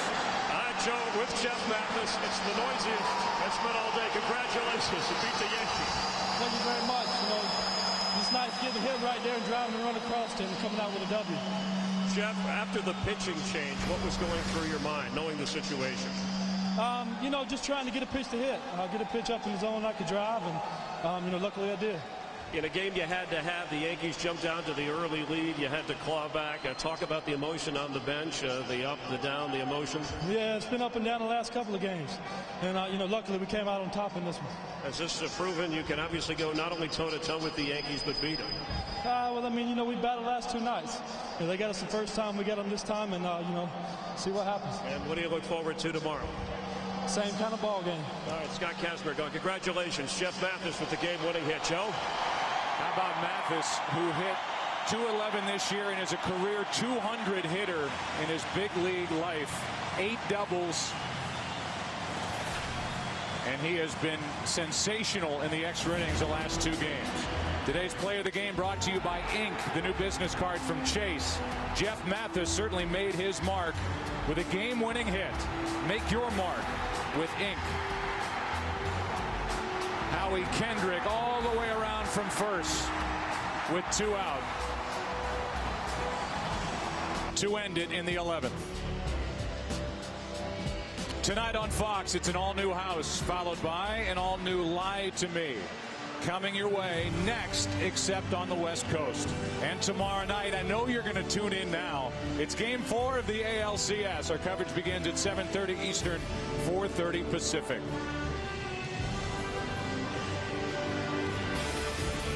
It'll be a matchup of Scott Kazmir and CC Sabathia, who started and won Game 1. Promotional consideration paid for by the following.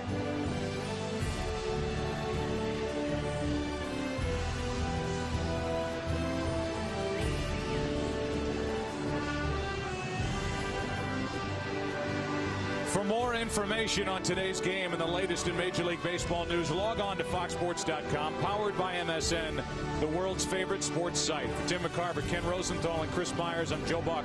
So long from Anaheim. You've been watching Fox Sports, home for the ALCS and the World Series. We've got a series now. Yankees up 2-1. See you tomorrow.